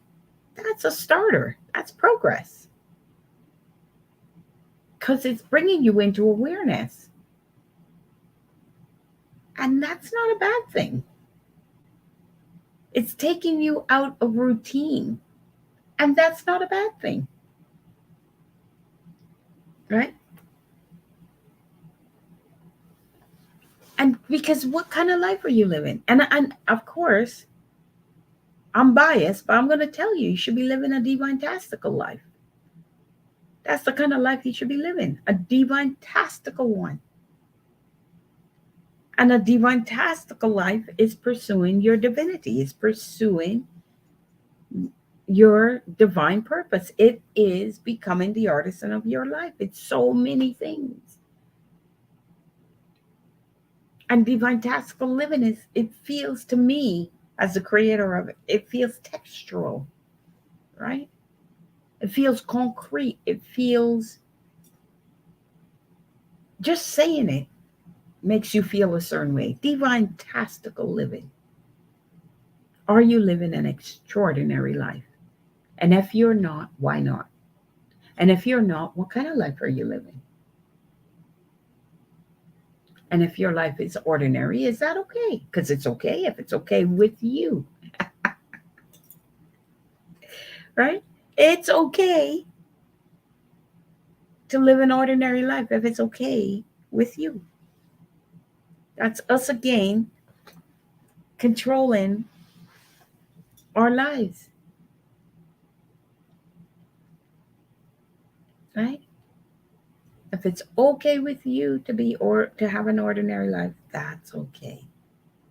If it's okay with you to have a mediocre life, that's okay. If it's okay with you to strive for an extraordinary life, that's okay too. Do you get the do you get are you seeing a trend starting?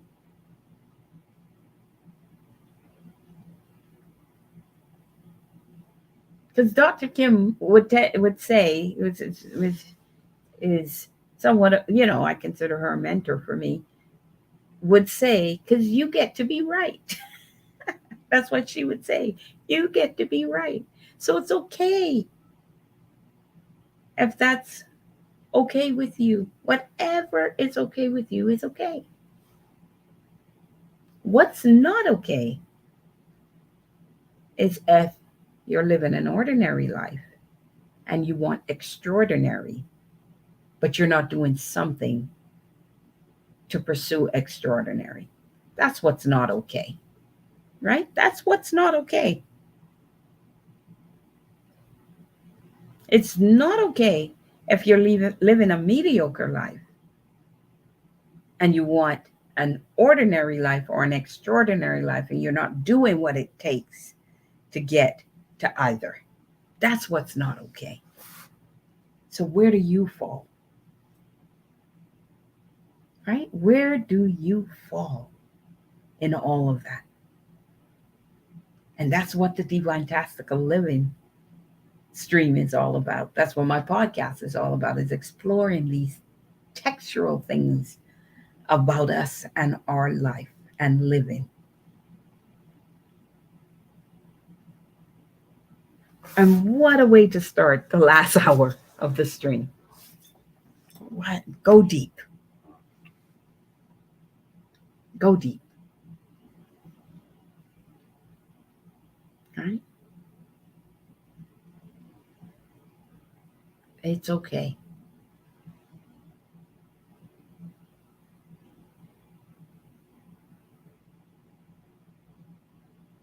Mhm.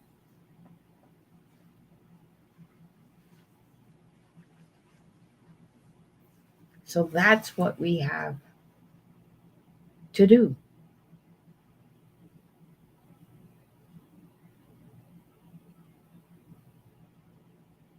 We have to figure out how do we do this? How do we get from where we are to where we wish to be? How do we do that?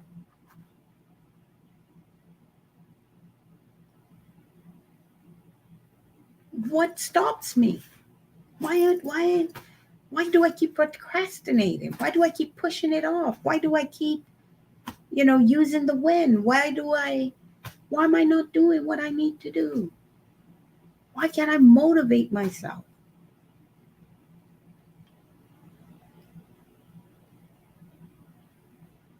And instead of focusing on the big picture, we focus on the small things.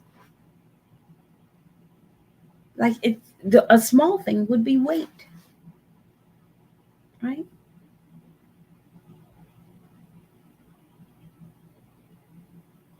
Would be weight or health, around health, right? Or weight, or weight. Someone that wants to lose weight, but somehow can't seem to motivate themselves to do something about it. And we know this is one of the biggest challenges that we as humans have. We all have it, right? I have kids. I went through pregnancies and the weight after the pregnancy and getting back on track and getting your body back into gear, all of this sort of stuff. We've all gone through weight challenges, right? I'm just giving you one example in my life.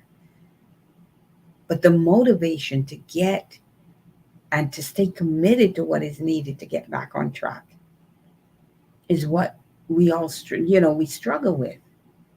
I mean, one of my pregnancies, I remember walking. I walked, I walked, I walked, I walked. And it seemed like the weight would never come off. And then one day it's like you got up and you know, you had lost two people overnight. Your body just kicked into gear with all of the activity you were doing. And finally you lost the weight. But I can tell you the first week it didn't feel like that. The second week it didn't seem like that, and on and on and on. It felt like in 3 months later, blue. Oh, okay, now it's finally kicking in because it's hard work. It's hard work to lose weight, but that's the small part. And why I say it's the small part is because if we don't get it on track, what we're really affecting is our overall health, right? The physical dimension of ourselves is affected, but it also affects the mental dimension of ourselves as well. Because it really is a mental pull to want to lose weight or not be happy about how your body looks and then trying to get it back on track. So, this is just an example of an area of our life where the bigger picture on that is health, right? Mental health, physical health. And the small piece of it is staying active or doing something to lose weight because that's what you want, but you don't know how to get there. And the motivation to keep going or the motivation to do what you need to do to lose the weight is a hard thing. And we focus on that. And then a word I can't stand, we don't achieve it because I'm not going to use the word I can't stand. You don't achieve it, and then it affects your mental health, right? It affects your mindset. And then you get more demotivated, right? And we do these heavy lifting things trying to think you pick a gym that's so far away that even getting in the car is another motivation to get to the gym that you need to get to be in order to be able to do the commitment of the activity that will help you get your weight under control, right? And there's so much involved in it. It's not just active. It's what you put in your body. It's what you know, choose to do that really is all about. No, I'm just here. That is all about getting to mental strength to maintain it. And I speak of this because I've been through it. I had a lot of weight to use. I had a twin pregnancy, so it was huge, and I had to figure it out, right? But it takes commitment. It takes perseverance. It takes stamina. It takes. I think you even hear like Rock. He talks about it about how, when a movie's coming up, he's got to keep doing what he needs to do to stay fit and meet the expectations of his fan base, right? For when he's in the movie, the theater and stuff like that. So, and he says it's hard. It's not an easy thing, but he's got to stay committed. He's got to find routines that work for him, and all of that. We all have to do that.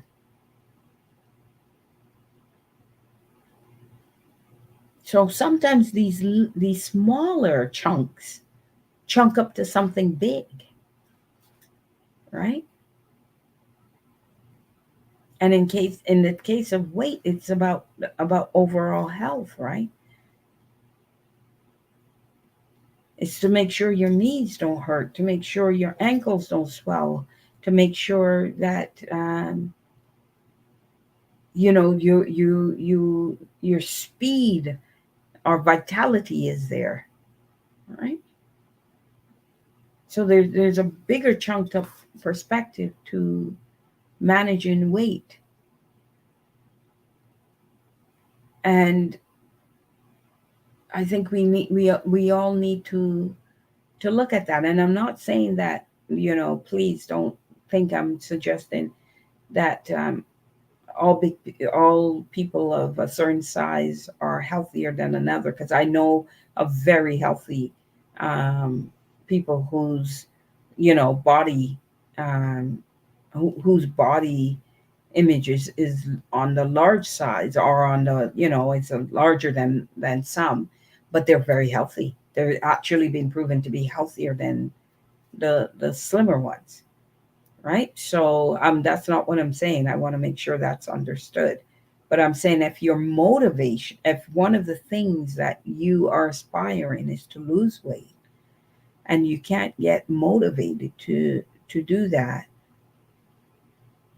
then what is stopping you? What do you need to look at? What approach do you need to take to be able to do that? Right? Because you're out of your comfort zone. Because I can tell you, if that's the case, I know that for a fact, because when I had my weight on, I was out of my comfort zone as it pertains to weight. It's not I look down on anybody that was carrying the same weight I was carrying, but I was out of my comfort zone.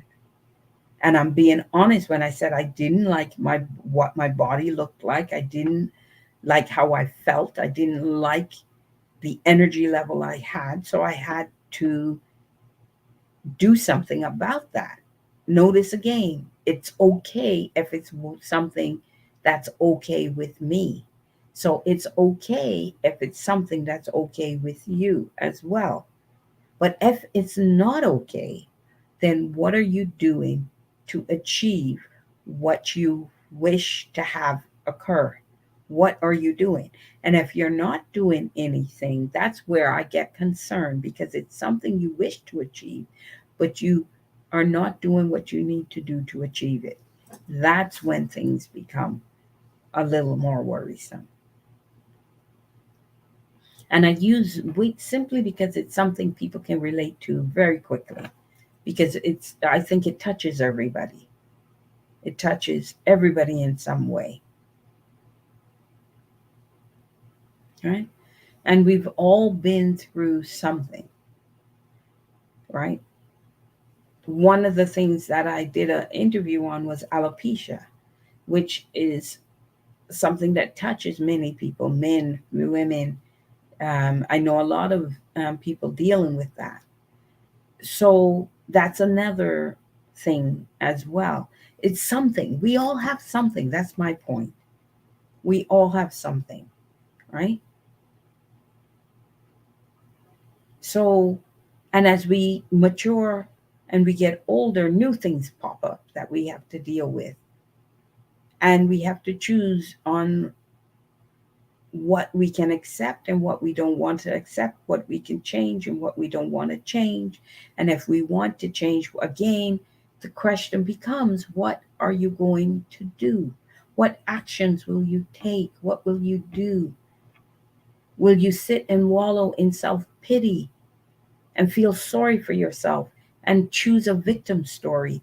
Or will you decide instead to take action and do something about it? That's what we all have to ask ourselves, and that's what we all have to deal with, right? What are we doing to hit that extraordinary aspect? And extraordinary starts to unfold when we are achieving the things we need to achieve to get us where we wish to be. Plain and that's how I see it. That's when we're starting to move to extraordinary. So when I decided I wanted to serve and help people, the steps I took to get there meant investing in myself, investing in getting attaining the resources that I need to get me where I need to do. Now the thing I'm doing is to, you know, get into gear applying the resources that I have now. That's what I'm working on. That's what I'm going, but it's still taking action.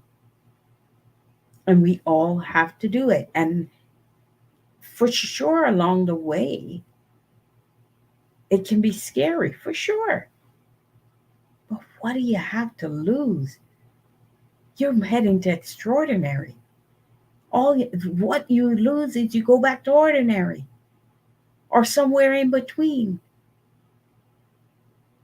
And that's to me, for me, that ordinary is a springboard. So if I go back to ordinary, I'm going to springboard forward anyway. That's how I tried to set my mindset. I'm not going back to ordinary because I'm going to keep putting springboards that allow me and stops me from going to ordinary. So if I fall off of one level of moving to extraordinary, I'm going to hit an intermediary springboard that springs me back to where I need. So, I'm just using the thing, but I'm saying it's like slapping myself in the face and saying, come on, get real, keep going, right? Keep going. When I was going down a path that was not meant for me, and I knew it wasn't meant for me. I didn't know how to articulate it wasn't meant for me, or how to articulate, and tried my best to articulate I wanted to get off of this path. It was not meant for me. But it wasn't in the other people's interest to let me off that path or to help me get off that path. It wasn't in their interest, because where the path I was on was serving their interest. So I had to get off of it myself. I had to take steps to get off of that path. It wasn't for me. Never was, never will be, never could be. It wasn't for me, period. That doesn't mean along the path some things weren't exciting to learn, exciting, but it wasn't for me. That was the bottom line. And the more I went along that path, the more unhappy I was becoming, and the more despondent I was becoming, and lethargic, and all these different, you know, outcomes and impacts. My mental state wasn't there, nothing. I was in wealth depletion, literally. I was in wealth depletion, and eventually led to unhealthy outcomes. And then I had to pick up and get back on track. And the urgence from within, my God within was, these days I think my God within was really upset and angry.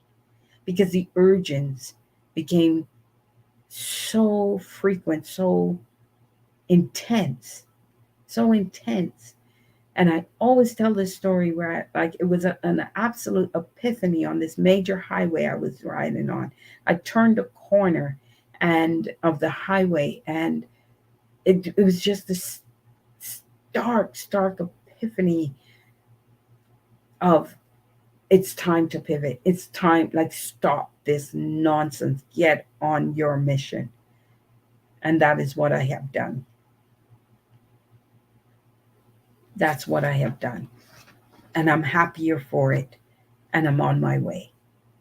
Would I tell you I'm there 100%? No, but I'm on my way, and I'm taking all the actions I need to do.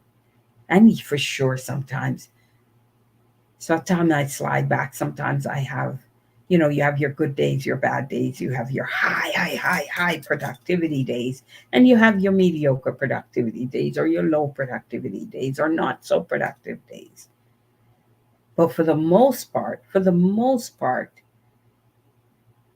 I'm on my way. For the most part, I am active all the time. For the most part, I'm doing what I need to do. And I'm dealing, more importantly, I'm dealing and have dealt with my shites. Stuff harbored inside that eventually sabotages. I have worked years, done what I need to do, dealing with my shites. And I'm sure, because I discovered recently there were still a little bit of residual grounds that I had to clean up, sweep up, dump out. And I'm sure as I spiral, I will find more and I will deal with them as well. And that's what I'm urging you to do. Deal with yours as well. Start the journey. Start the journey of discovery. Start it. Start living and pursuing divintastical living. Start pursuing the divinity in you. Start pursuing your divine purpose. Start pursuing what you need to do to shine, to have the extraordinary life. And if you say, I am already living my extraordinary life, kudos. I always say kudos. I am totally admiring of you. I'm totally supportive of that as well. Continue living your extraordinary life. But if you are honest and you say to yourself, no, I want to live an extraordinary life. I don't think I'm there yet. I want to live an extraordinary life. Then my question to you is, what steps are you taking to ensure you are doing that? What steps?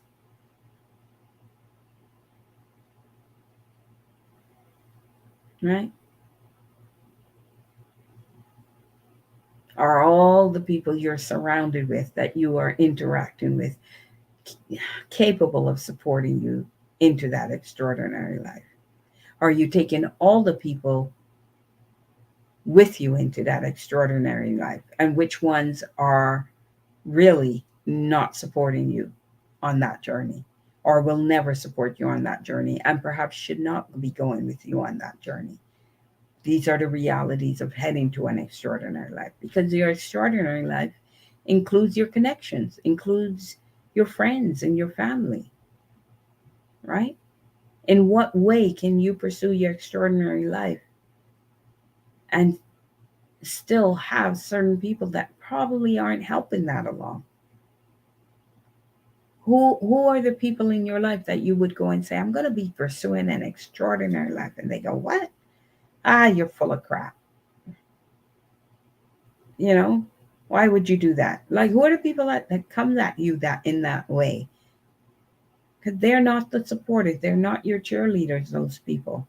And I'm not going to be one to tell you, let them go. You got to decide what you're going to do with them or how you're going to manage them.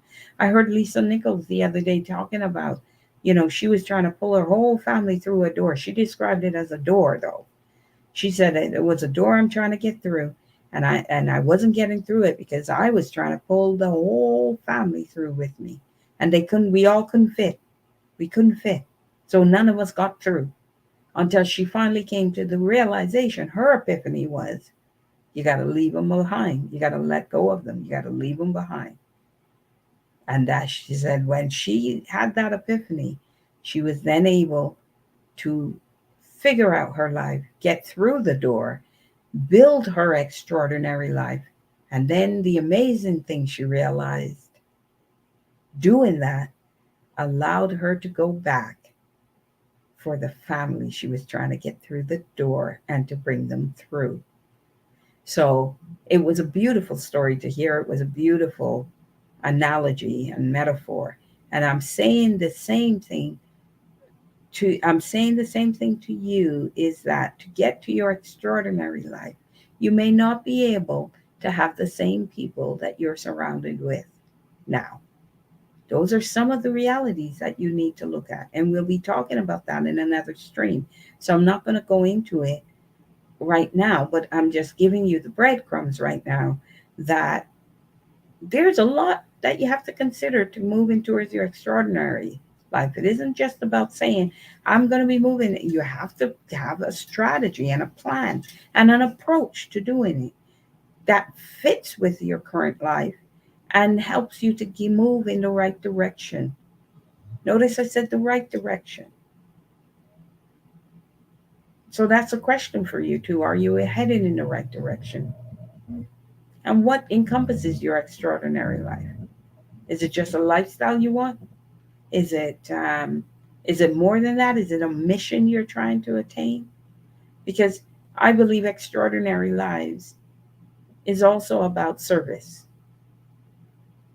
meaning that you get to it where you can help others in some way, shape, or form.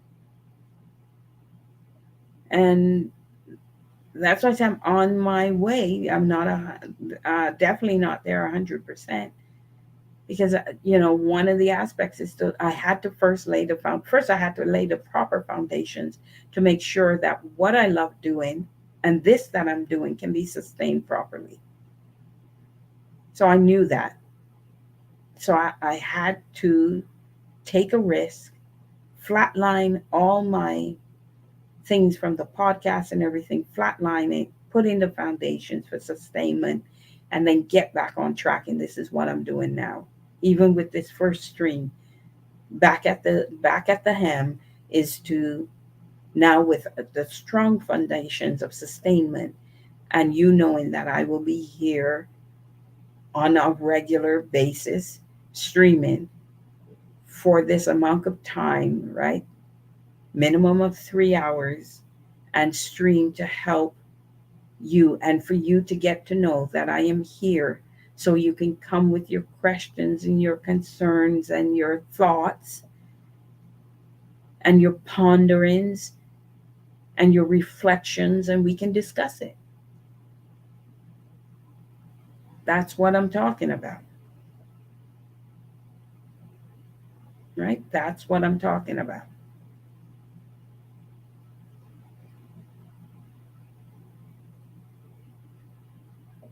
So, what will you need to do?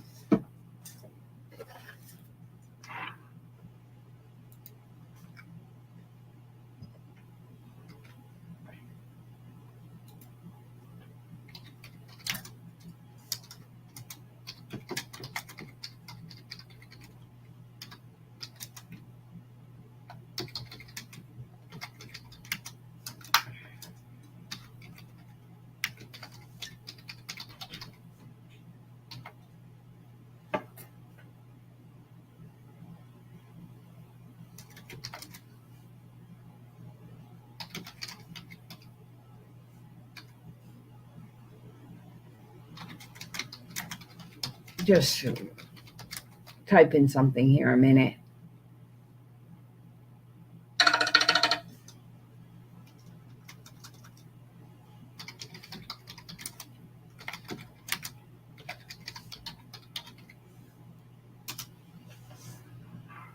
So, yeah, I just was communicating with one of my team. So here we are. Here we are, coming into our last half hour, and really, in this last half hour, I really want to reinforce that we only have one life. We only have one life.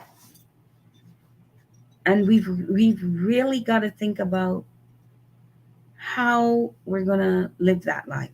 And I love speaking to young adults, youth and young adults, because youth and young adults always seem to think that life is forever. They have that view. They can't fathom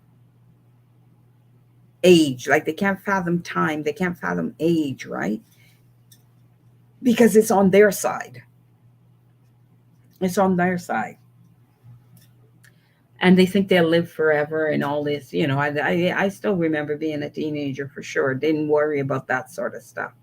But as you get older and you progress and you become into mature age, those things start to factor in. Those realizations start to come, and you start to realize that life is not as long as you think, right? I I I can remember one one person I know who, oh, why is that being difficult? One person I know saying, I'm going to be, I'm actually going to be, I think they were going to be like 28. I think it was 28 they were turning. And they were like, oh my God, I'm going to be 28. I'm almost 30. What did I say? Realization starts to come. Bear with me as I try to fix this thing that's looks like it's going to fall. So I don't want it to fall. So just bear with me one moment as I try to fix it so it doesn't fall. There we go. There we go. There we go. Okay, got it. I'm there trying to fix this thing. Sorry, because it looked like it was going to fall. But 28. And the realizations, oh my God, I'm almost going to be 30. And there was a bit of panic around that, right? And I just, kind of recognized where it was coming from, because I'm telling you, you the young adults, it will come with time. It becomes that precious commodity. And the things that you didn't think were pivotal starts to become pivotal. And one of the pivotal things is to know that you're on the right path. And all the young adults and the youth that took advantage of time at their young ages will reap the rewards later on, right? All of those that took advantage will reap the rewards, because consider that at 18 or 19 or 17, you take the time you have and invest it in yourself. And 10 years, you will only be 27, 28, 29, and reaping the rewards of that investment. But if you now take it now differently. You start that same investment at 28, 29, 30. 10 years is suddenly, right? 38, 39, 40. Whole different than the other way around. So we have to recognize time as that precious commodity. Realize that we are only living one life in the vessel we currently know. Tap into our God within, that spirit that sits within that vessel. Figure out what spirit that spirit gave you as talents and purpose and intent, and start to say, what is this thing that I should be doing? What is that thing that's nagging me? Why do I not feel fulfilled? And how can I feel fulfilled? When do I feel fulfilled? Trust me, you know the answer. You just don't focus on it. You don't focus on it. I can tell you, I have always felt fulfilled speaking. I've always felt fulfilled writing my thoughts down. I have always felt fulfilled having a conversation that influences someone in the right direction. That's why in high school I started Student for Progress and would do activities and events and and and nurturing with my peers that were challenged and stuff like that. That's why I would help them feel better about themselves and stuff. It has always been the common thread in my entire life, and I have always felt fulfilled doing it. And yes, I went down a different career path, but even that career path had just had small nuggets enough of it, enough to still make me happy in the career, not feeling like I'm down a career that I don't like. And that was never my feeling. I enjoyed my thing, but I wasn't feeling fulfilled after a certain age. And so I had to pivot into more fully the things that make me fulfilled, like what I'm doing today in terms of speaking and helping and guiding. And that makes me feel fulfilled. And I feel fulfilled when I am writing my thoughts and figuring out how to, effectively get them down on paper that when others read it, they feel compelled to think, to converse, to act.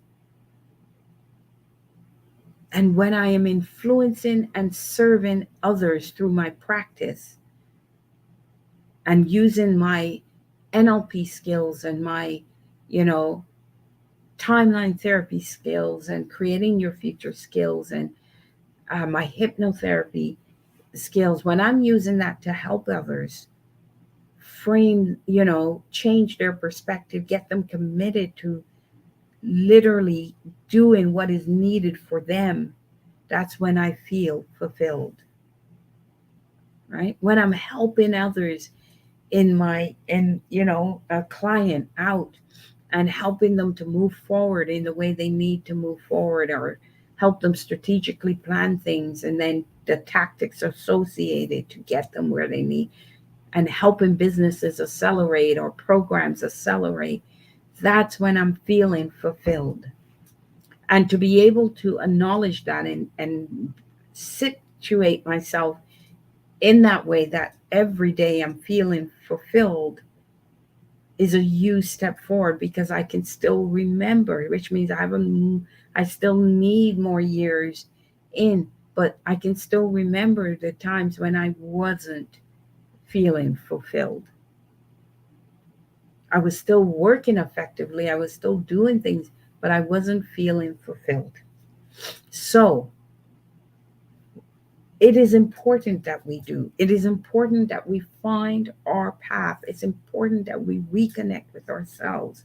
It's important that we change the situations in our life that we are not happy with or is not serving us well. It's important that we figure these things out. It really is. It's important. And so we have to consider what can get us there. What do we need to fathom, to strategize, to acknowledge, to get us there? What will stop us procrastinating? What will stop us being lazy? What will stop us being demotivated to get us there? And I will in the stream start to talk about some of these things, right? I will use the this platform of the stream of my streaming for this length of time to help, you know, explore some of these things and what we can do. So what can we do? How can I help you? Let me talk about that. How can I help you figure some of these things out? How can I help you? I can only help you if you reach out and let me know you want my help. If you reach out and let me know that you want to even just have a conversation. You want to bounce something off. You want to try to, get your head in the right space.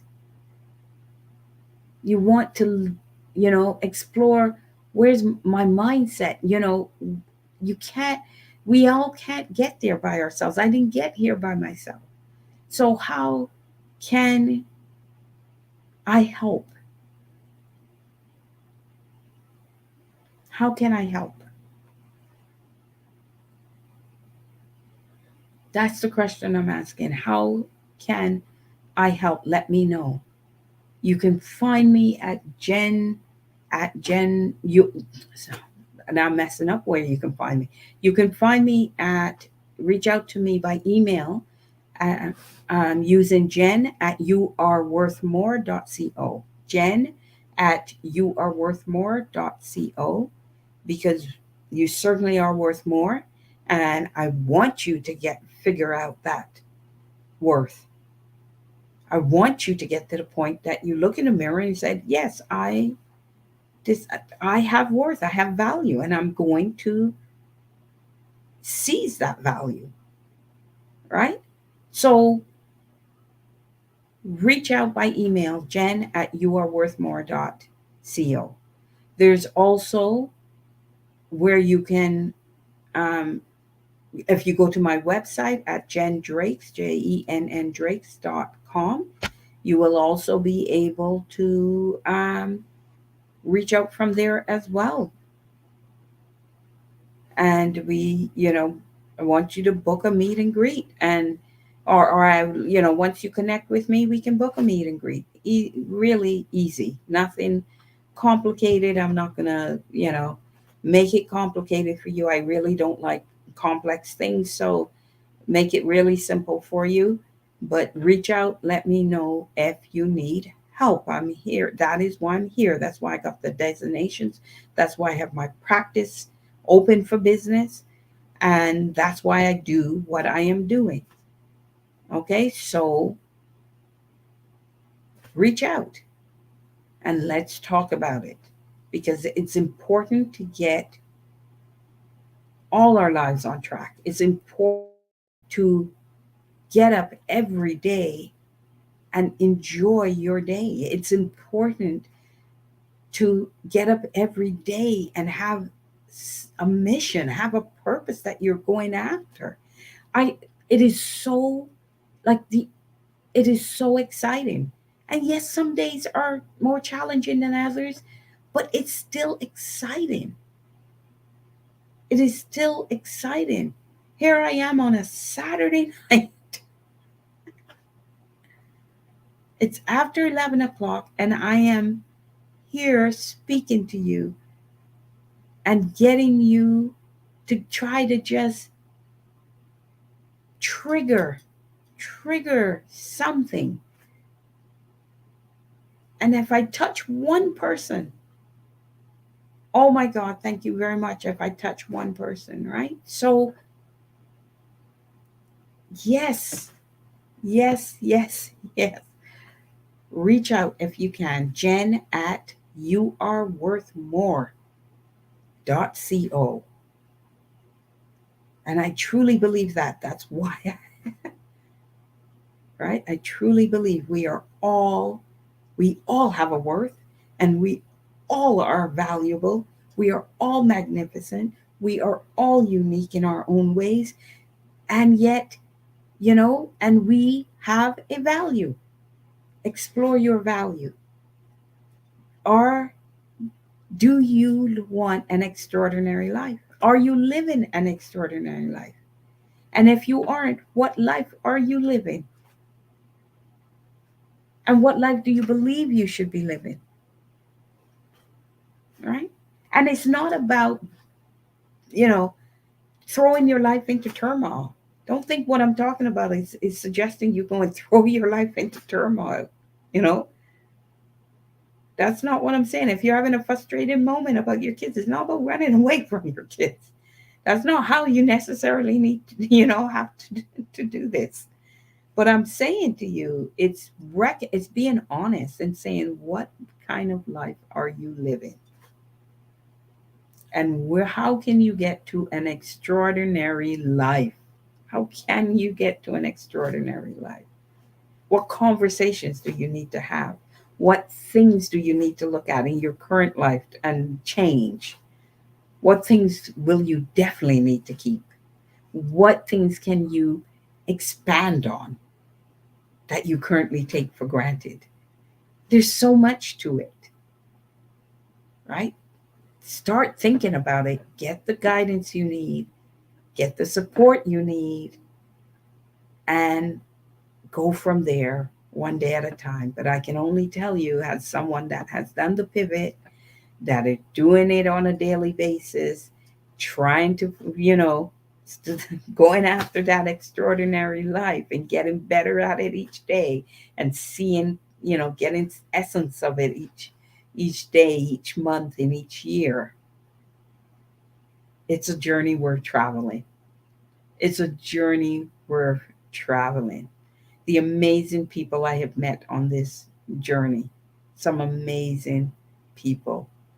Coach Katie, Marwin, right? Dee. There's some amazing people on this journey. Shabelle, some amazing people I've met on this journey. And I still have in my life some amazing people that were there before I started this journey. Right? The Michelles, the Jens. I've met some amazing people on this journey. So think about it, and I can only encourage. That's all I can do. That's all I can do. I can only encourage.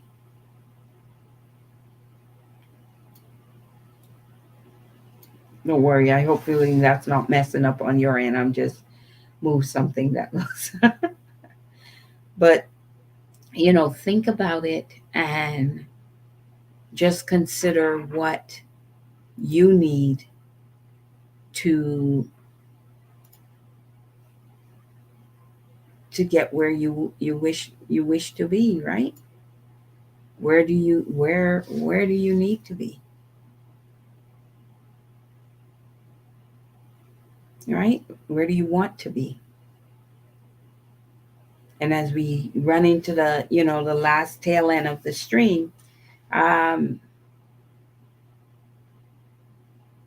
all I can tell you is my my heart is for everyone to reach a plateau of happiness, and that is perpetual in their lives, to reach that level of contentment, to know that they have laid what they need to do. They have done what they can in the time that they have. And as I said, for me personally, it's all about, you know, legacy. It's all about, what legacy can I leave? And not legacy just, I'm not thinking heritage, but it's what I always think of, that Beyonce song, I Was Here, right? To let people know you were here and you stood for something, and you stood for something good, and you stood for something amazing. That's what I'm talking about, right? I don't want to leave this world and some people come and they say a few things, and then back, next day back. I want to leave something behind that people know I was here, and that it serves others year after year, year after year. That's why my books are important to me. That's why these streams are important to me. That's why my podcast is important to me. It's all about legacy and letting people know what you stood for, and that you cared, and that you cared, right? That you cared, for sure.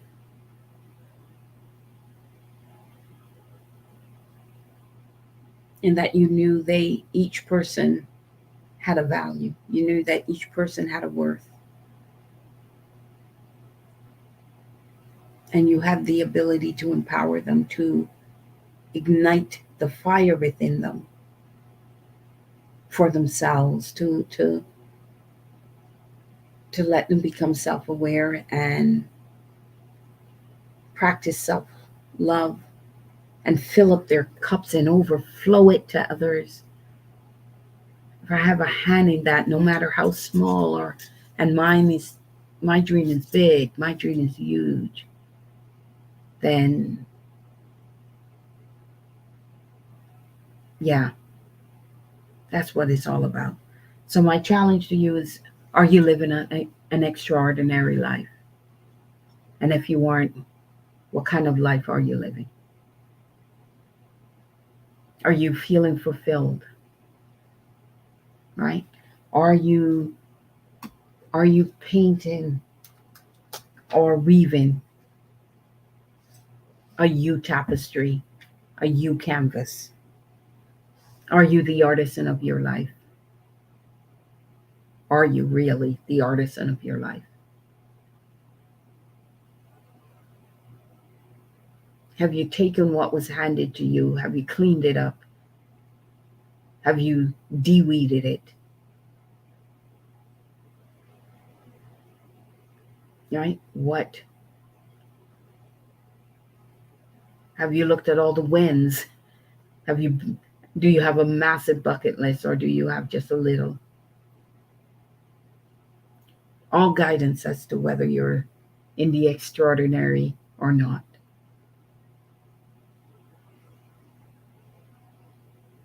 Right? So lots to think about. Lots to think about.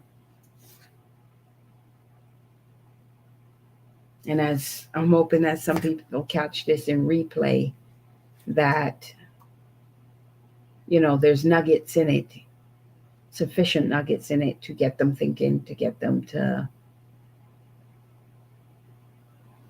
see what pieces resonate, right? Have them shift in their perspective just a little bit, just a little bit. Doesn't have to be a 360 shift. That's the beautiful thing about changing perspectives to change lives, is the perspective only needs to pivot a little bit, a little bit. But that little bit in a pivot can be massive impact on your life. So what do you want for yourself? Right? What do you want for yourself and for your life? Divintastical beginnings. Divintastical beginnings. So just to let you know that next week, not next week. Let me just give you the date, just to get some house cleaning out of the way.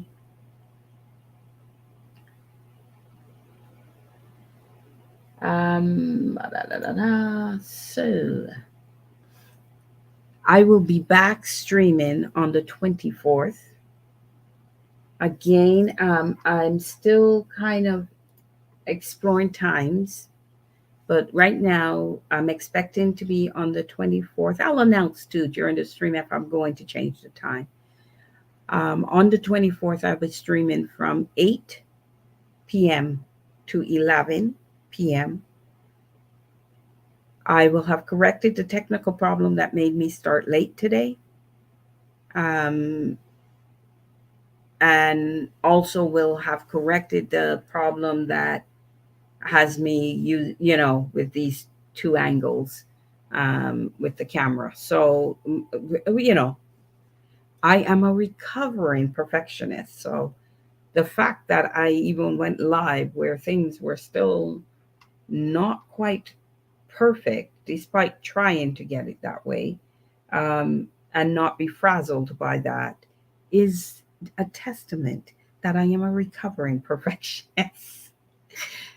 So yeah, so just to let you know that on the 24th is when I will stream again.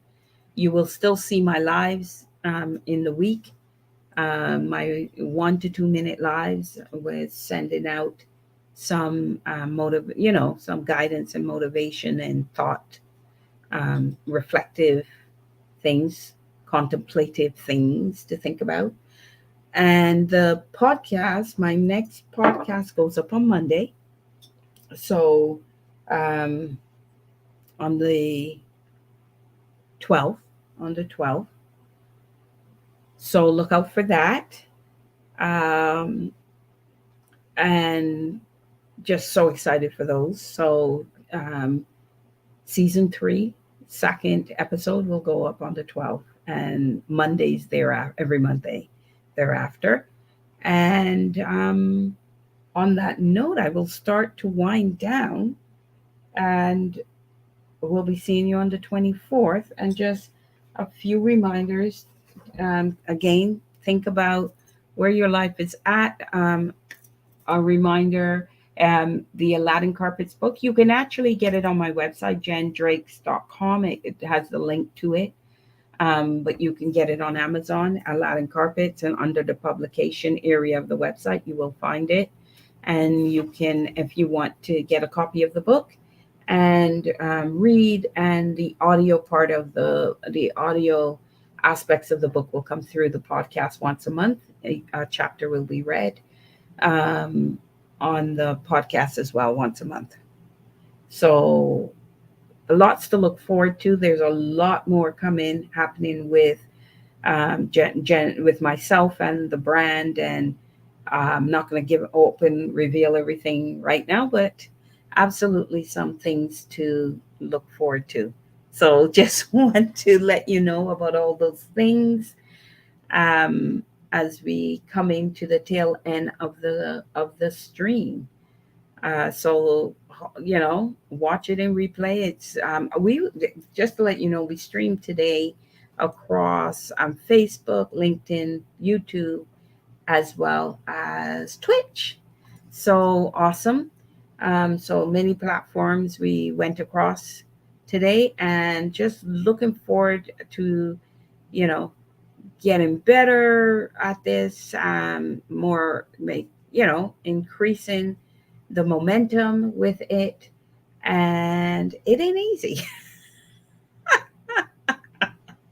If I make it look easy, I'm happy, but you can let me know. But it ain't easy. So anyway, I enjoyed bringing my thoughts on just life, and isn't life just amazing? As we say, we also I do a show with, I co-host a show with my cohort, Coach Katie, and we cover a lot of principles of ULA on that show, and it's called Get Awesome. There's a Get Awesome Facebook group that you can join, and I love that show because it's just so organic, and it just we have a topic. We now have a guest. We air it twice a month, Wednesday nights, the first Wednesday of the month, and the last Wednesday of the month at 8 p.m. And it goes on Facebook, LinkedIn, and YouTube as well. And so you can check us out, check me out there as well, check us out there. And Always exploring and having really amazing discussions and laughter and all of that. So, another way. By the way, while I say that, another way to determine if you have an extraordinary life is how often you laugh and how often you smile,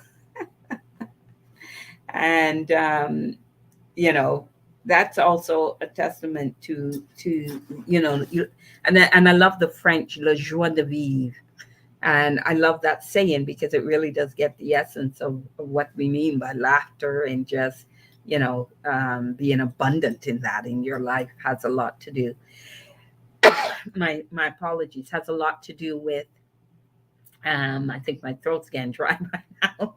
Has a lot to do with the kind of life you're living as well. So think about all of those sort of things and what you enjoy and get through, and mm, and being de-stressed and all of that. So um, it's, anyway, life is amazing.